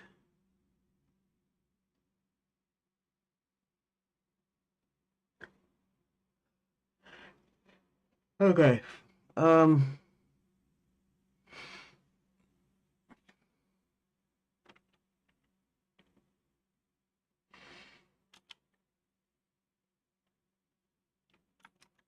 Where Nestor is about ready to fight when Chester speaks. Oh, keep forgetting. I have to update if I want to save it. So, alrighty, let's see then.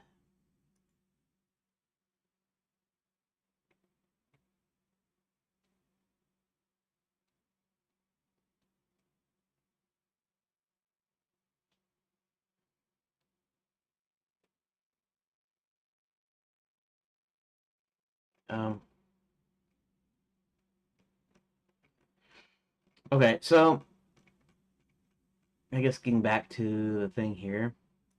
You know the thing.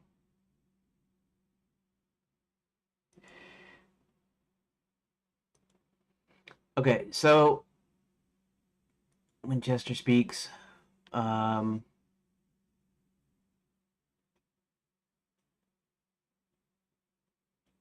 he gonna say? Because eventually he's gonna offer him a shiny of his own.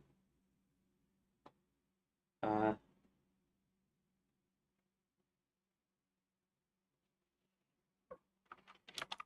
Chester says something has happened. Okay.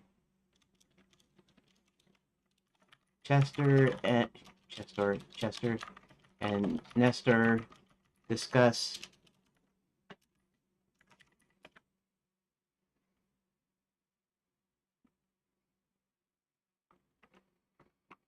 the dragons, and Nestor tells Chester about Crook Tooth's control.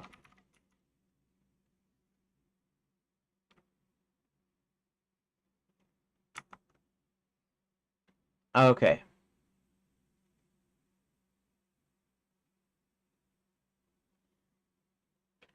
Since the Princess Hubert, Max, the princess, escape by getting the dumbwaiter.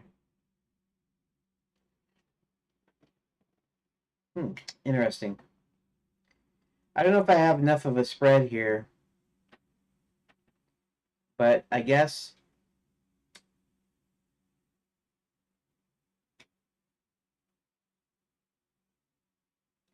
I guess I could leave that. I mean, there's kind of a complete deal here, right?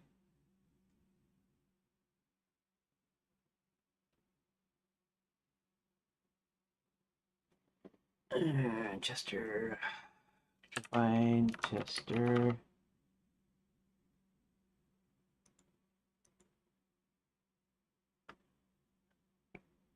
Why does do dragon?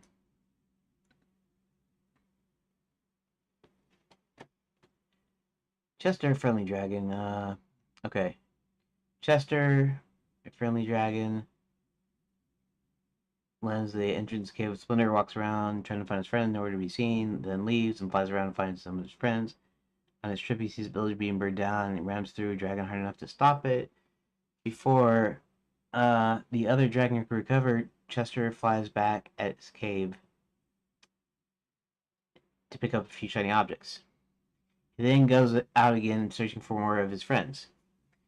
Okay, so blah blah blah, this, that, and the other thing.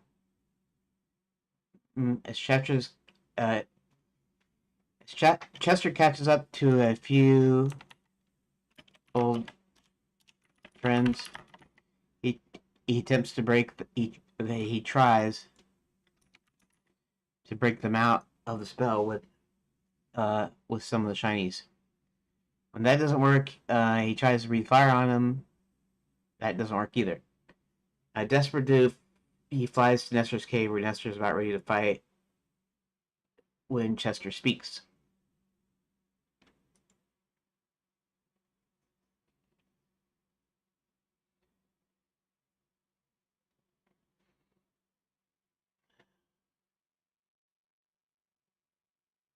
Okay.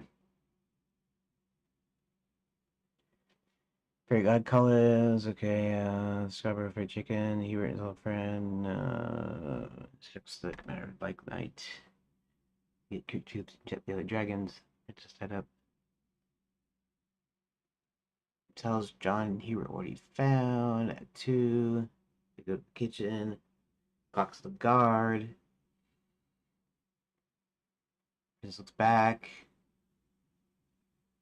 Tells John, princess.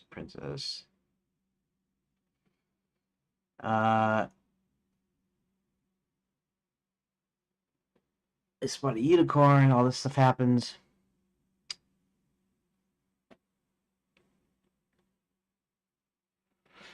I guess this would kind of be okay too. They speak. Okay, let's go down to the next one.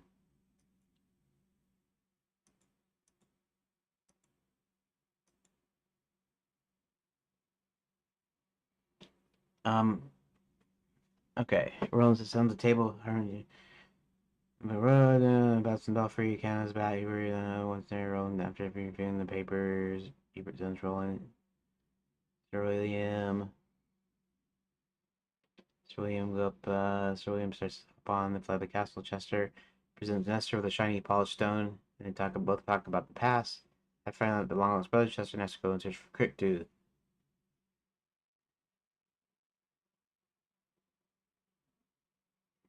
Okay, so I guess this is kind of okay. Why? Because even though it's spread out, it almost kind of has to be that way because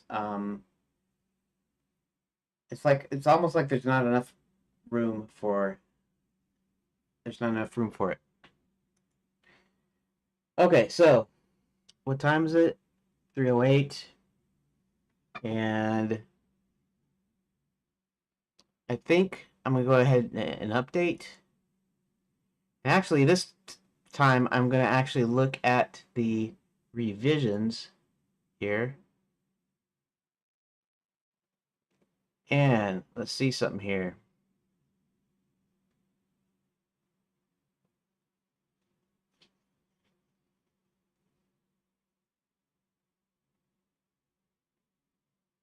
Wait a second. I don't remember deleting.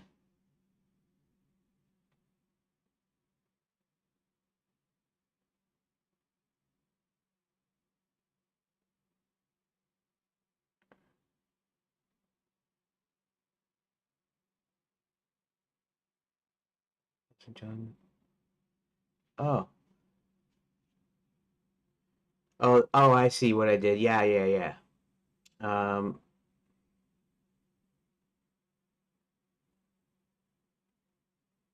he sees a beautiful young woman. I remove this young woman. Okay, I get it. Chester Friendly Dragon lands at the entrance to the Cave of Splendor, walks around the cave system under the Dragon Mount, trying to find his friend. No bird to be seen. Chester then leaves, flies around to find some of his friends. On his trip, he sees village being burned down by one or two of them. He rams the dragon hard enough to stop. Before the other dragon can recover, Chester flies back to his cave, picks up a few shiny objects. He then goes out again, searching for more of his friends. Beautiful young woman. Okay, then we have that. As Chester catches up to the old friends, he tries to break them out of the spell with some of the shinies. That when that doesn't work, he tries to breathe fire on them. That doesn't work either. Desperate, he flies to Nestor's cave, where Nestor is about ready to fight when Chester speaks. Chester and Nestor discuss the dragons, and Nestor tells Chester about Crooktooth's control. Um,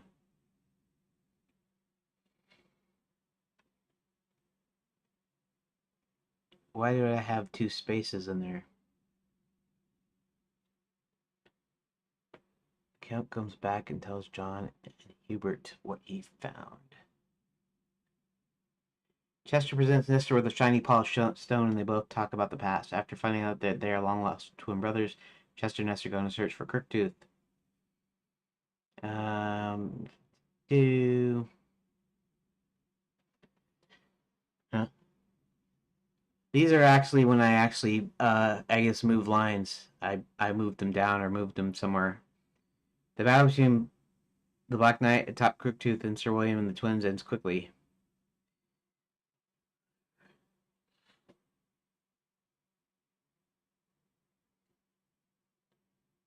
Okay. Okay, so I did something wrong in here though. That is battle between ends quickly. Okay, I know why I'm a little bit off. Count comes back and tells John.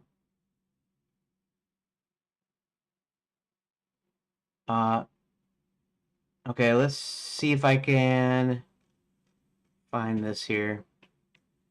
Uh,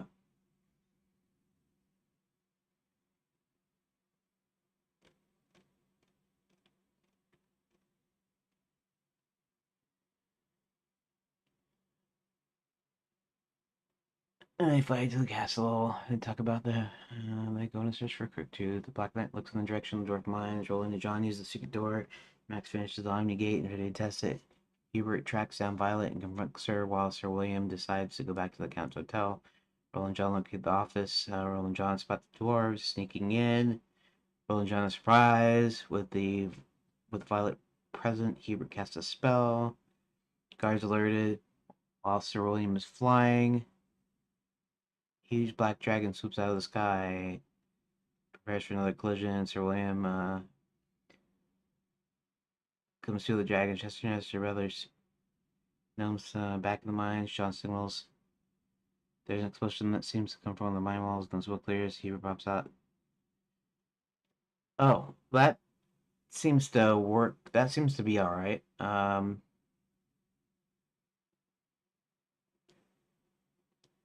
Okay. I guess there's nothing wrong with that.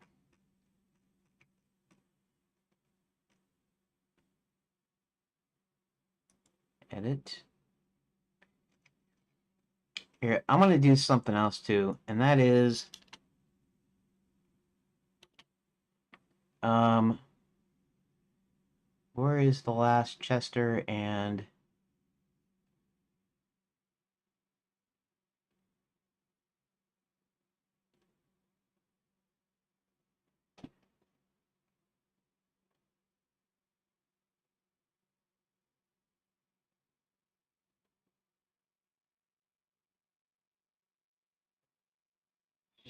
after that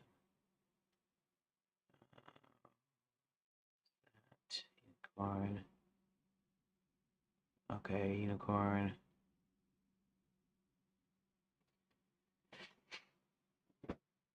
Hmm.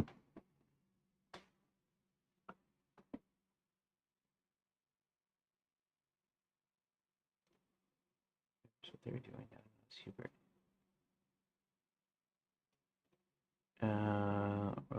Roland, the count, Roland. Belfry.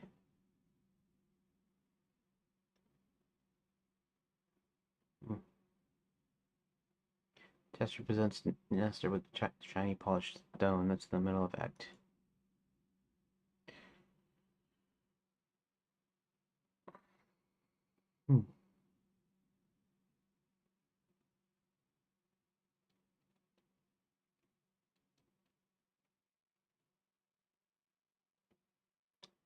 Just update that space. I need to look at it as a whole. 93. 93 to 263. 73 lines.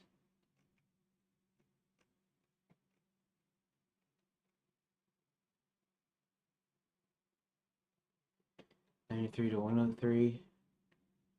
Yep, 10. That's 70 lines, huh? How about this then? 5 to what? 5 to 85. These are about the same length, aren't they? No. What am I saying? 93 to 193. Okay. That makes sense. 263. Right? 261. Let's bring up a calculator. 261 minus 93 equals 168. Divided by 2. 84. Okay.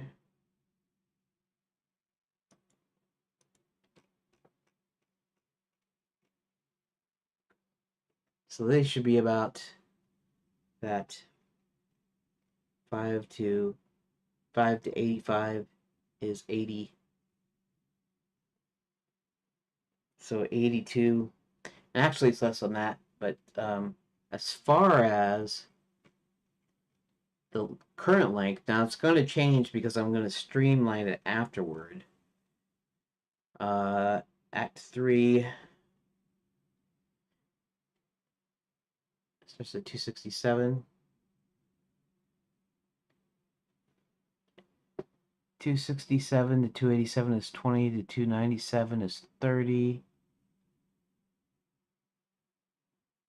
297 to 307 is 40. 50.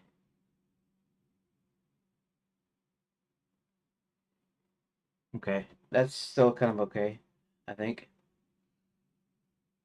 All right. Wow, we're getting pretty close right now. Pretty close. I have almost everything I want in there, and I kind of decided to still leave out Red Riding Hood and Kurt the Cowardly Werewolf.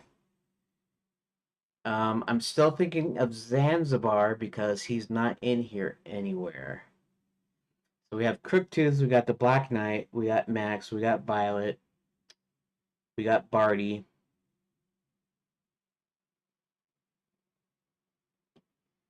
Nestor doesn't really count. In fact, you could say he's Nestor and Chester are one character. Zanzibar would be the sixth, and you almost see it seems like a shoehorn, sort of. But I'll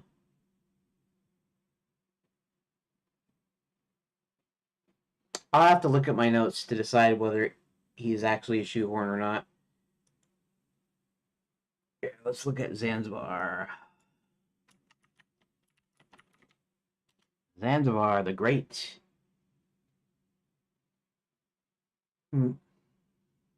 Max hires him, but is he important to the story? Could he not hire him and not have a problem here?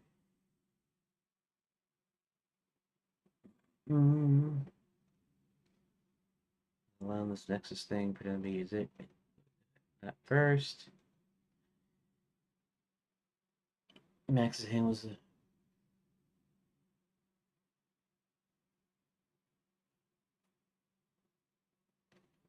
Okay.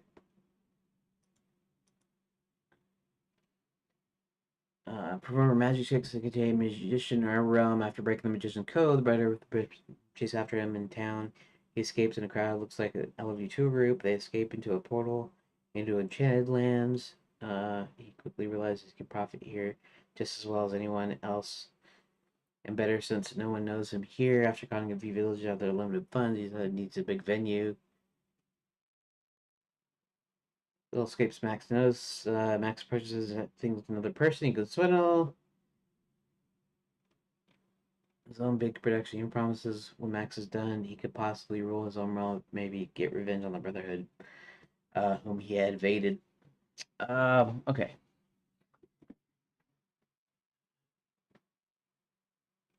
Walking the after he notices coins, visiting larger towns, unless well connected. Max opposes part of the bargain, helping Zanzibar get venue, set up the tents, get out the flyers and everything.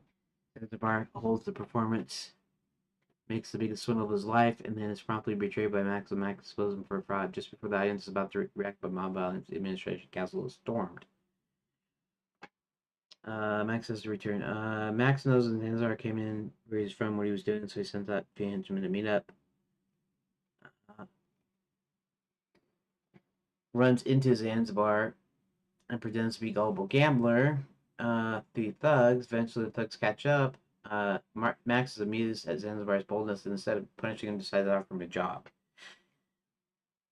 Zanzibar sets up a show around the lands, then does his magic tricks for tourists, and after the shows are done, Max gets some of his men to abduct the tourists. At one of the shows, Zanzibar manages to capture Roland.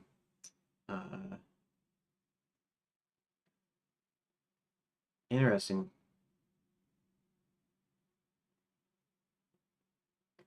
You know, I had Roland being captured at one point and then escaping the mines and then going back in. This he would not be doing that. Um, and if I were to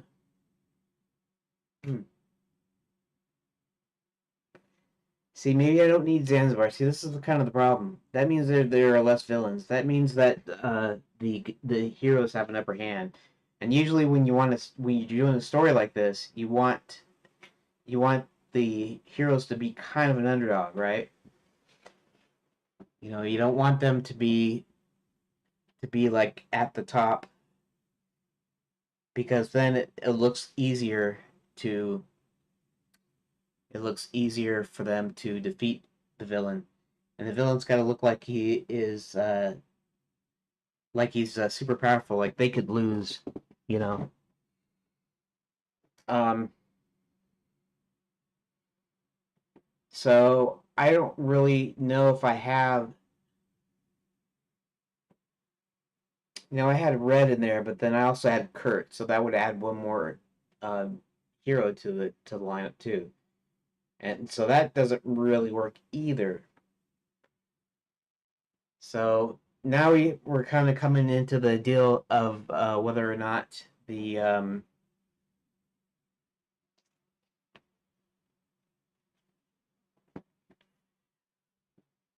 can I figure out a story that makes Zanzibar a lot more important to the plot than he is currently. What do we got? We got recruiting armies. Well, that could be the one of the things. I made it like it was one event, like he was swindling people and stuff, and then this one event he abducted, and that's about the time. Um,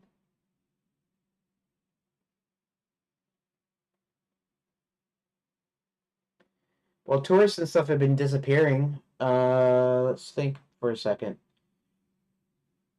What happens in the during the kind of in the midpoint is Roland and John go into the mines and they find a lot more people by sneaking into the Gnome Kingdom.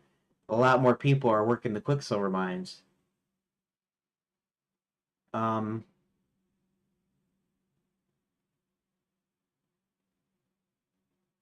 Let me think.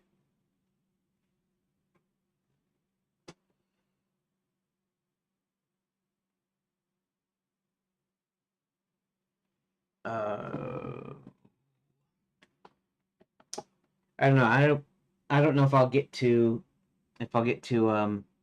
Zanzibar today. In fact, let me check and see how long I've been on here on streaming here.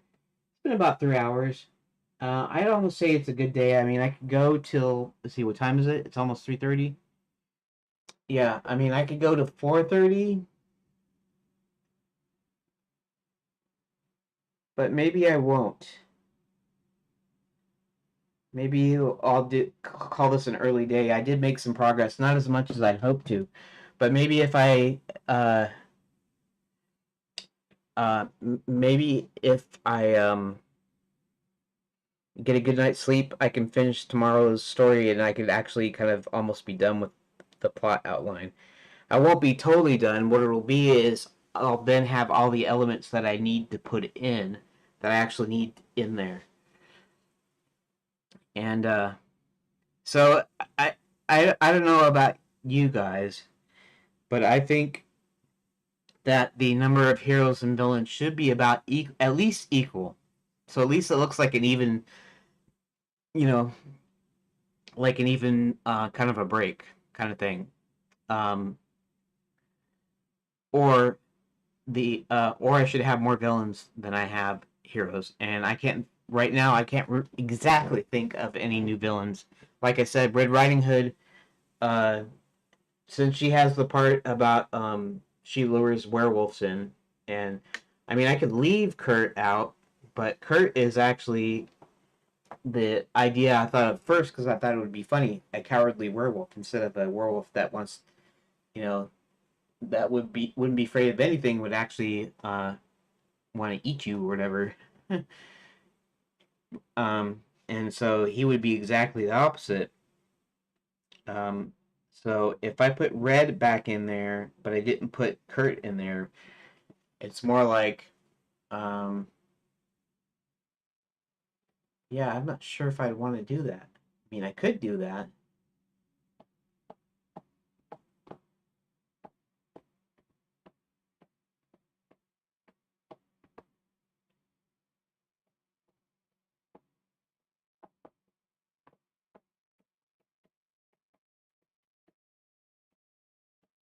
The also thing I was planning on not doing the love triangle thing because that's a little bit of an adult thing too. Not that not that I would do anything like lewd or something that um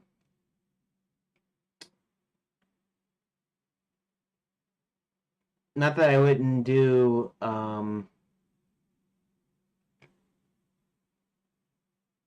anyways, a love triangle would be a basic love triangle. Red and Violet would both like Max, and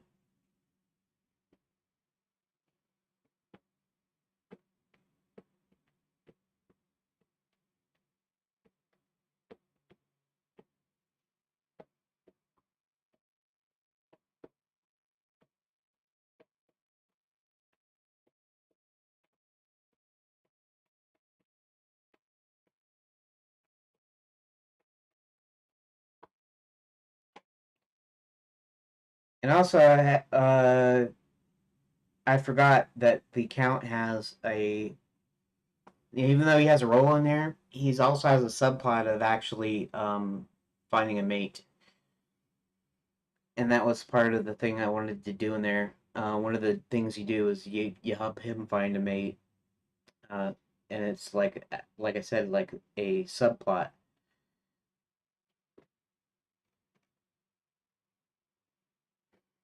So maybe I'll have to add some extra stuff as far as that goes too.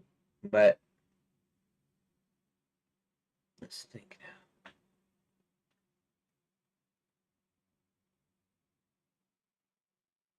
I can add Zanzibar in. Do I add Red in without adding Kurt in?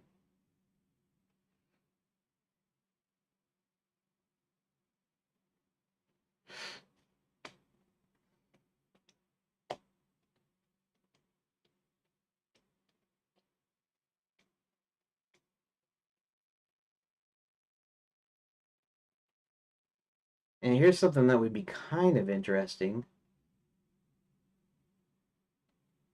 Okay, so we have just well, we don't have just 6 characters. We got let me see if I can count them here. We got John, we got the princess, we got Hubert, we got Roland, we got the Count.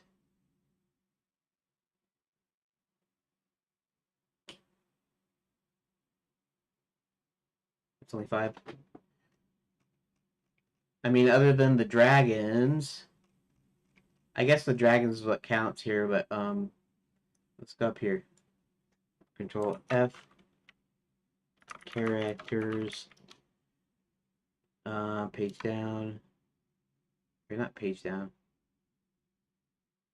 Oh, shoot. Characters. Okay, F3. Channel ends characters, the good guys. John, Hubert, Princess, the Count, Roland, Sir William. Of course, I couldn't forget. And then Chester. 1, 2, 3, 4, 5, 6, 7.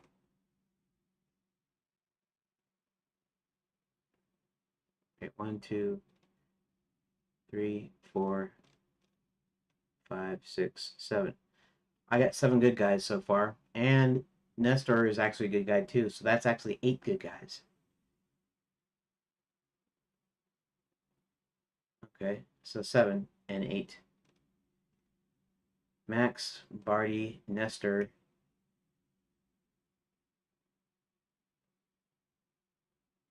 Violet, the Black Knight. 1, 2, 3, 4, 5, 6. Oh, interesting. Maybe I combined Nestor and Chester to make Crooktooth so that I would have a more of a different kind of a balance. Because right now, this looks like there is uh, more heroes than villains.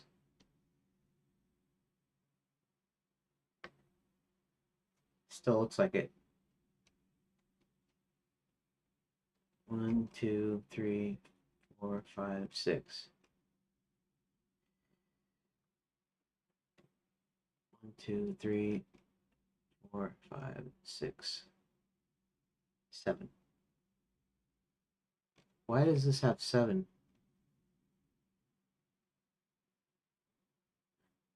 Oh, the other one has 6, and this one has 7.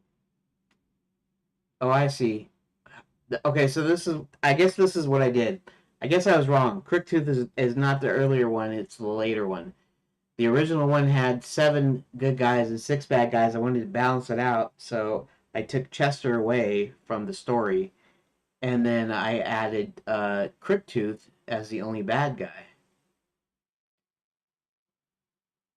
And that gave him 6 and 6 at that point.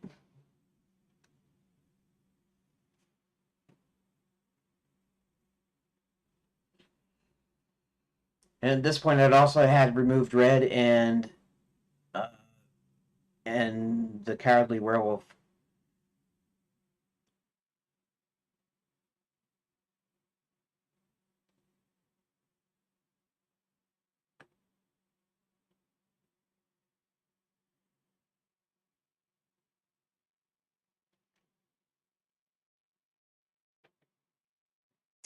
Here's a thought.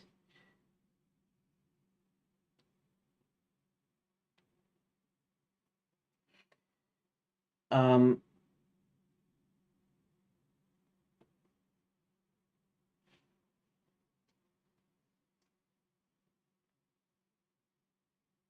okay, 7 and 8. The twins make it 8. We have 6 over here.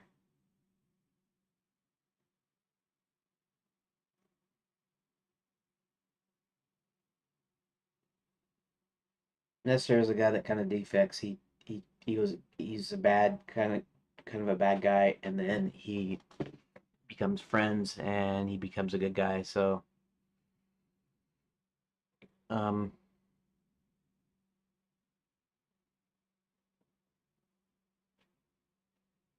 Max Barty. I'm gonna say Max Barty Crooktooth, Violet, the Black Knight, and Zanzibar. That's 6. Now, if I added red, that would be 7. And I don't know. I'm thinking of something a little controversial. Not controversial. It's just in my mind. I thought the Cowardly Werewolf would be a funny idea, and I thought uh, that um, and he would be actually be a good guy. He would actually help him. If I want to make him equal amount again, I could actually make the Cowardly Werewolf and actually a bad guy. I'm not sure how that works because this was directly the deal with the red and stuff. But Kurt is a coward, but he's also evil, and so he tries to get in Red's good graces, and he wants to take control. That might be okay.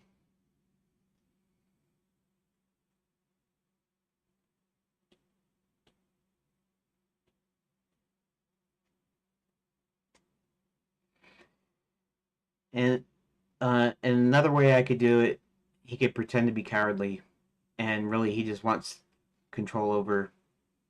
That's hey, I didn't ever even think about that. That is a thought.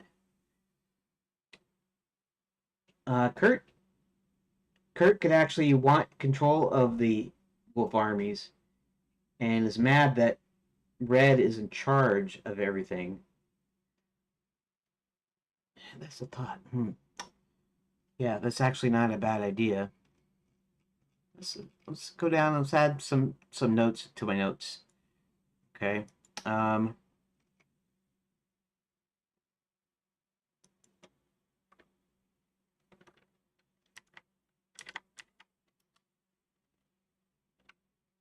let's do something here. Let's copy that.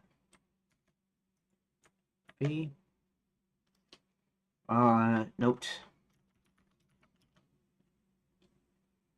I can bring back Red, who Max put in charge of the werewolf army. Just give me a sec. I bring back Red, who put Max in charge of the werewolf army.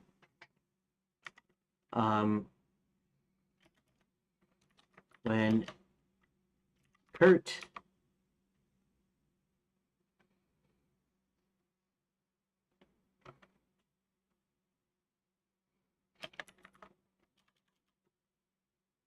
presents, when a werewolf named Kurt pretends to be a coward in order to find a way to get in charge of the werewolves.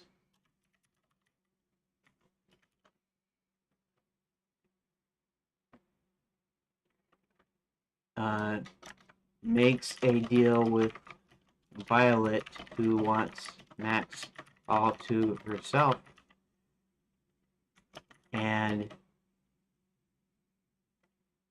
Kurt manages to dispose of Red. I think I like that, actually. And Red Riding Hood will be back. I won't call her Red Riding Hood, I don't think. I'll call it the. I come up with a name, a couple names a while back with ChatGPT.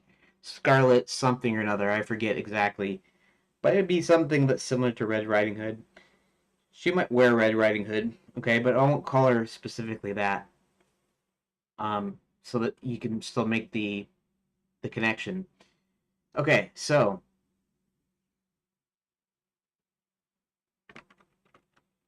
all right. And I mean, I guess what I'll do is I'll leave this here. I guess that's really all I need extra. Because Zanzibar is already a character I have. He's already somewhat developed, but I got it. Okay, so I got to insert him in. I got to insert. I'm gonna have to put Red and Kurt back in, and so now at least, even though um, even though they're even, at least they're even now. And in fact, almost could consider Nestor and Chester like as though they were one character, and also Nestor as a sort of a non-player character almost. In fact, he might be a non-player character. Remember, I have uh, the cook at the hotel. She is a non-player character. I have the mistress, the headmistress of Fairy God College, who was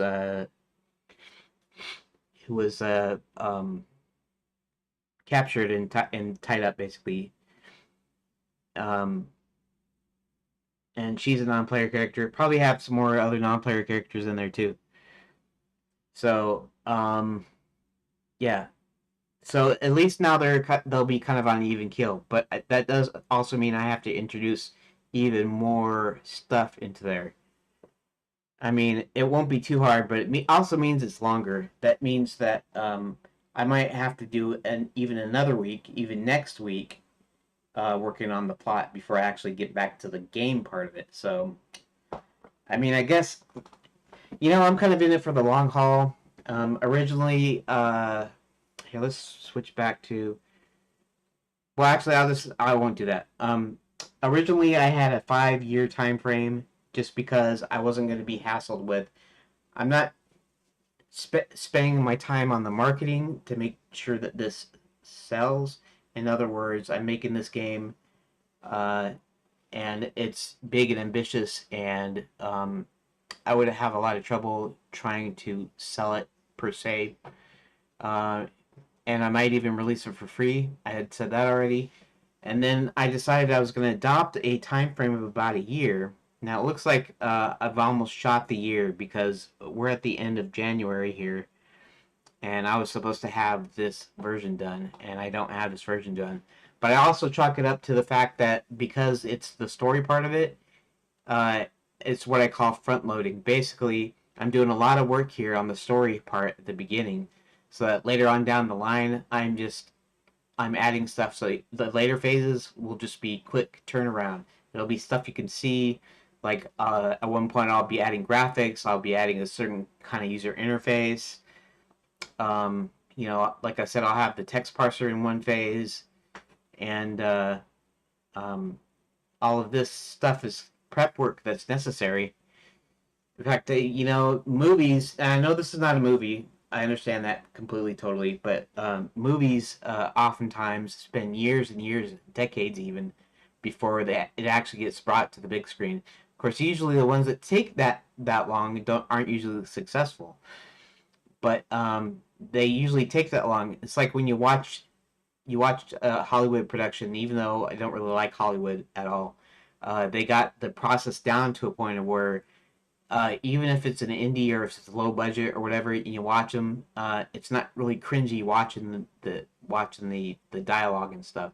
Whereas if you find it like a regular indie and non Hollywood, really super low budget, made for video movie, and some of the dialogue is real cringy and it's just not very good. And there's like this difference between this polished thing where you're watching a story and this other thing where it looks like they're trying too hard or something. And so it takes years. So this taking a month, or even if it takes all of February, it will still be well worth it because it will mean when I start actually implementing it, part will be quicker. It might not be quicker I should say it'd be easier. It might not be quicker because I have to do lots of content, maybe lots of animation or backgrounds or music or whatever, if I'm not like hiring people to do some of that stuff.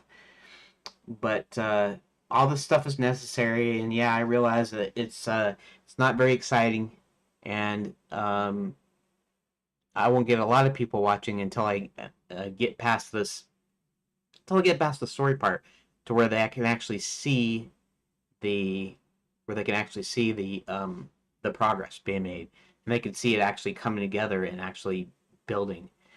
So, anyways, so yeah, thanks for bearing with me here. I am going to go ahead and do my little recording at what I did, showing what I did today. And let's go back to plot outline, and then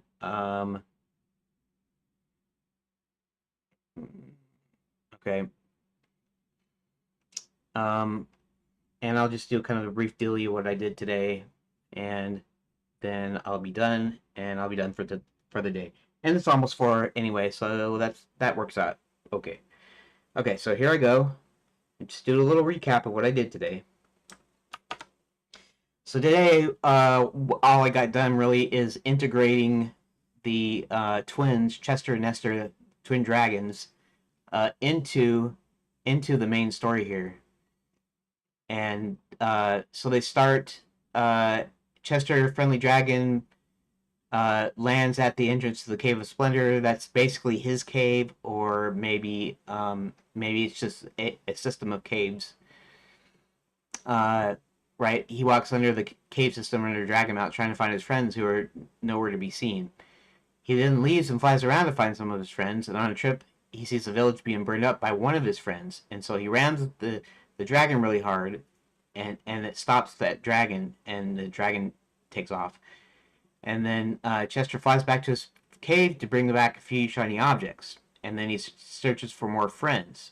Now, we'll go down here. Chester catches up to a field of friends. He tries to break them out of the spell with some of the shinies. He's going to present to them these shiny objects, and that doesn't really phase him. And then he tries to breathe fire on them because maybe fire will wake him up, but that doesn't work either. So then, desperate, he flies to Nestor's cave, and Nestor is actually his bully, beats him up and stuff, or is mean to him or whatever. But he's desperate, so he goes, and Nestor's about ready to beat up on him again when he starts speaking. And then they discuss the dragons, and Nestor tells Chester about Crooktooth controlling, enchanting all the dragons, making them hostile. And then let's see if I can find where to drop down here. Real quick. Eventually, Unicorn, Hubert, Roland, Count. Come on. Okay. Okay. Then after Hubert and Sir William go up towards the castle, Chester presents Nestor with his own shiny polished stone, and that does it. That stops all the meanness and stuff because he'd never gotten a present before. So they talk about the past, and they find out they're long lost twin brothers, and then they go and search for Crooktooth to see if maybe they can stop him. Okay. Now, when Sir William is fighting for his life against Crooktooth, with the Black Knight sitting atop of him, they come out of nowhere, and they start fighting along with Sir William, and eventually they overcome Crooktooth, and the Black Knight falls to his death or disappears or whatever. And then they go and they go towards the Bats and Belfry Hotel along with all the other creatures, and presumably they help in the fighting towards the end. But that's all I did today was that. And then I also added a little bit of note because I wanted to at least have the heroes and villains be balanced, because otherwise it at least doesn't seem like it's fair, like they could lose. And ideally, I'd want the good guys outnumbered so that it really looks like a victory. But I have to settle with this because I can't right now. I haven't thought of any new characters to put in. But I'm gonna put Red and the Cowardly Werewolf back in. But now he's not a cowardly werewolf. He just appears to be cowardly. He wants control of the werewolf army that Red is building, and um, eventually this ends up with her demise. Um, and so Kurt makes a deal with Violet that if he disposes of Red, that she will let him have the werewolf army, and then that's what happens. And so I have to put those characters in. I have to put Zanzibar in, which I haven't. I'll do that tomorrow. Anyways, so yeah, that's about it, I think. And I'll probably trim that last part off when I see. This is a longer deal. In fact, how long is this? Let's see how long this is. Oh, 4 minutes. That's not too bad, I guess. Um, Ideally, it would be shorter than that, but I'll probably trim it down, and it won't take that long to trim it down because it's not very big in the first place. Anyways, yeah. So there we go, and I'll be back tomorrow, and I'll be putting in Zanzibar's story, and then Thursday and Friday I'll be working on Kurt and Red, and trying to incorporate them into the story. And then next week, starting in February, I'll try to essentially pare down the outline till it's just the events that happen. No, nothing extra, nothing describing. Uh, if I can do it, I'll keep them down to one line so that I can have one line per description, per room, per card, however you want to look at it, per scene, like one line per scene. And then I can actually develop it afterwards. But yeah, so that's upcoming. So let's see if I can get it done. I'm gonna say thank you for watching. Thanks for watching and or listening. And yeah, hope to see you tomorrow. Hope to see you for a little while. And yeah, so thanks, and I will talk to you later. There we go. Thank you for watching.